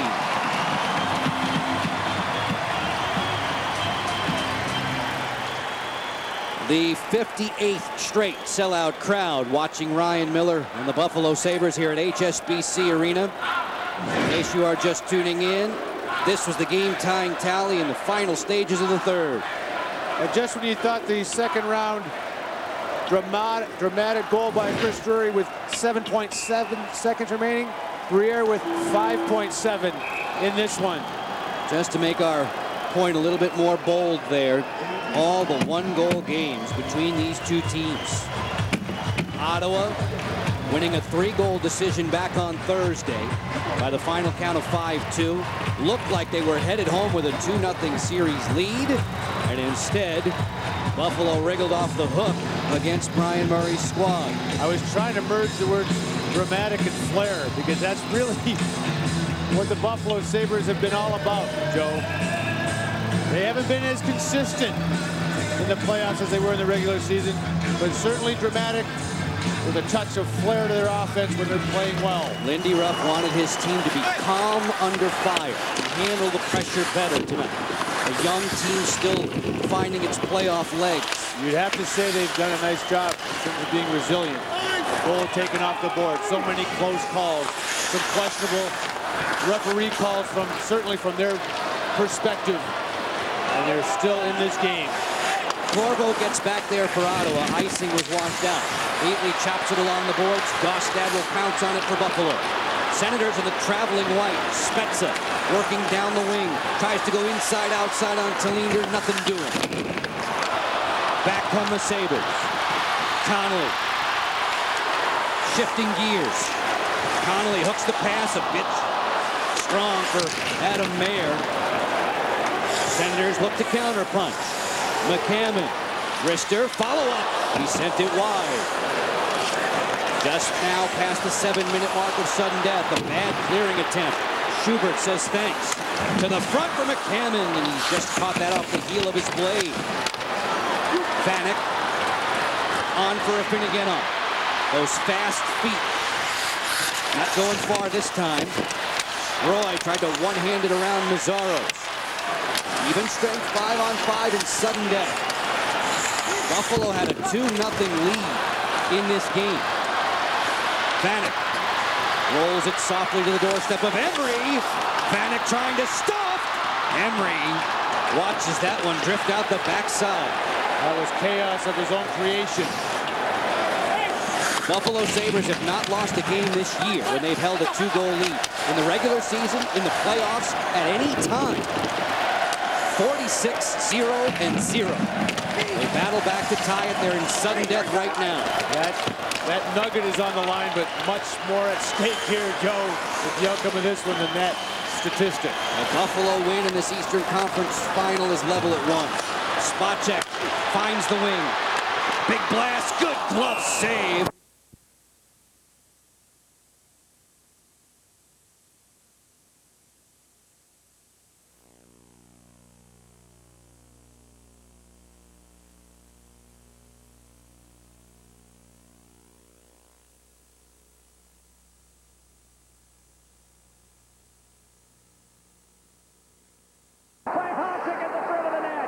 To the outside now to Lidstrom. Lidstrom drive and a head-hunting shot. Ricochet on someone.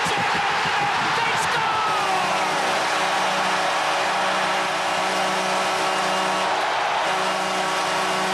Pronger across. Solani there. Fakes the drive. Back to Pronger.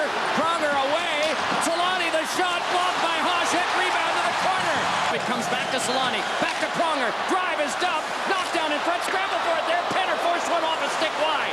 Now play back in front, jamming at it with Perry, and he couldn't get it to go. 6 seconds left. Solani turnaround shot is blocked back to the point. Hurting shot, and it's deflected wide. Detroit, 9 straight games. They've allowed 2 or fewer goals. A 2-1 victory in Game 1. Henrik Zetterberg with 1. Holmstrom gets credit for the game winner. Zetterberg +6 on home ice during the playoffs. Many chances for Anaheim. They just could not score, especially on the power play when they went 0 for 7. Timo Solani spoke after the game. No frustrating. No, that's hockey. You know, we got the crossbar in 5-3. That could be a different story. We didn't. I don't think we got enough bounces tonight, and so no worries. You know. I think all we could do was score. I mean, post, and one ended up in his glove where I don't think he knew where it was. And, you know, that's a little bad luck for us, a little luck for them, but that's the way it is. It's a fine line out there. They managed to get the first goal. You know, first goal is always very important. You know, so they got a big bounce of the power play there in the beginning, and but you know, we didn't quit. I thought we played pretty well, even though they had the lead there, and you know, if we play like this every game, we'll give ourselves a chance. 19 shots for Detroit in the game that Giguère faced. Some tough luck. Francois Beauchemin getting, I guess, credit for 2 own goals, and Giguère had himself a pretty good game. So did Dominik Hasek, obviously. But there are some things you got to look at the positives if you're Anaheim to try and build in Game 2. And one of the things they would like to work on is Dominik Hasek getting in his face and probably giving him the puck as well once in a while. Well, definitely. The thing is, when you play the Detroit Red Wings, their defense are so good at moving the puck. So you want to keep it away from them.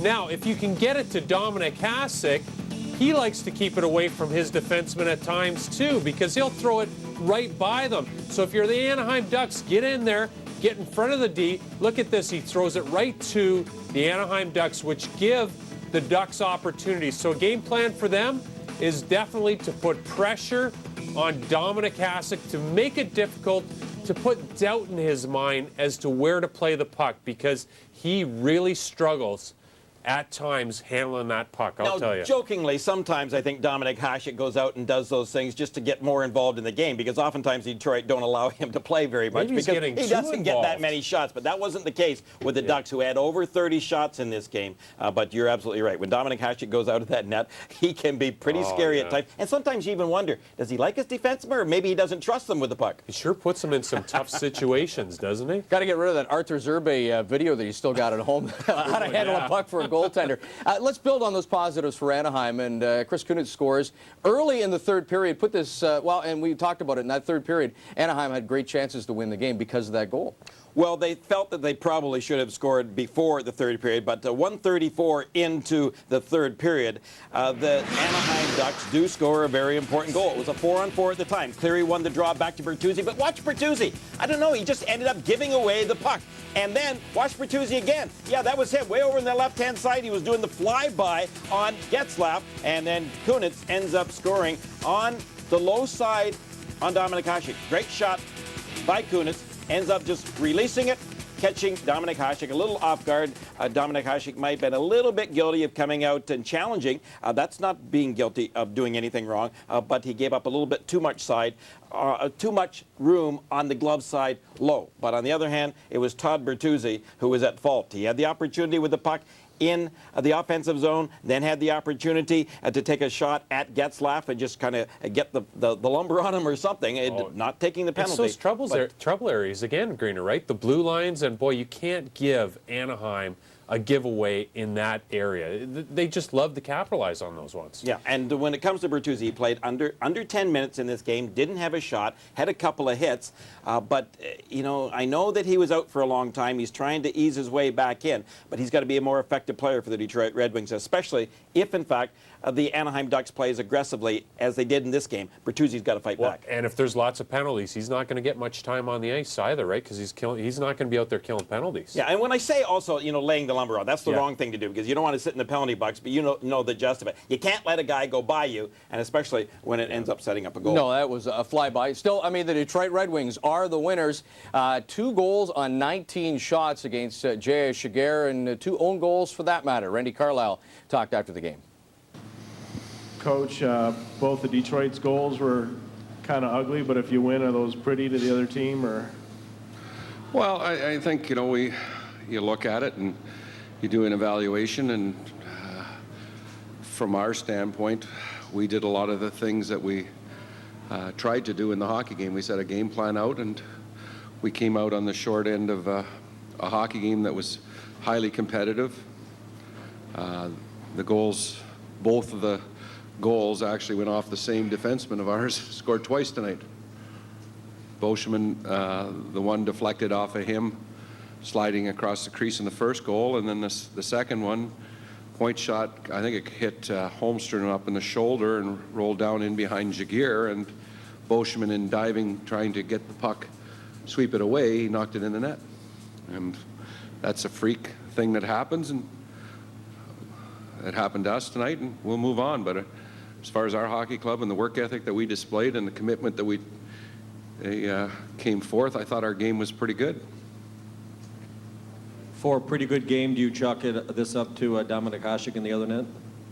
Well, he's a good goalie. He made some big stops, but, you know, again, we got to get more traffic, and I think we missed the net more times than we hit the net tonight at times too. But, you know, you have to give your opposition always credit. They're a good hockey club. They push things to the outside, and he made some big stops, specifically when it was 1-1. I think Dustin Penner had a wide open net, and he come across with his glove and stopped it. So if we continue to drive and put people towards the front of the net and shoot the puck, you know, we think we will be rewarded at a time. Coach, how big was the 5-on-3 where didn't score for nearly 2 minutes? Well, those things come back and bite you if you look at points in the game. You know, we had some chances. I think Getzlaf hit the crossbar on the first one, and you know, and then we had a 4-on-3 in the third period. You know, and we just didn't get the puck over the line when it was needed. And again, we'll have to make some adjustments and continue to push our group to come back with a stronger effort than we displayed tonight. Randy, you said before the series started that you were concerned about your teams taking too many penalties. What were your thoughts on the penalty calls against you today? Well, the only one that I can be critical of is Getzlaf's in the third period. It was a retaliation play that sometimes goes unnoticed, and tonight he called it. But he did slash the player after the player slashed his hands, and it was like he got caught with his hands in a cookie jar. When we return to Pepsi on the Fly final, the Sabres find themselves down for the first time this postseason. Game 2 of the Eastern Final ahead on Saturday. We'll talk more next. When my doctor told me my high blood pressure may have led to my erectile dysfunction, I was surprised. But then he said there was something I could do. When I found out my diabetes could have led to my ED, I learned there was help. My doctor told me about Levitra. Levitra is clinically proven to work for men with ED, even those with high blood pressure or diabetes. Levitra is only for men healthy enough for sexual activity. If you have heart problems or are on alpha blocker therapy, talk to your doctor before taking Levitra. Do not take Levitra if you take nitrates for chest pains, as this may cause an unsafe drop in blood pressure.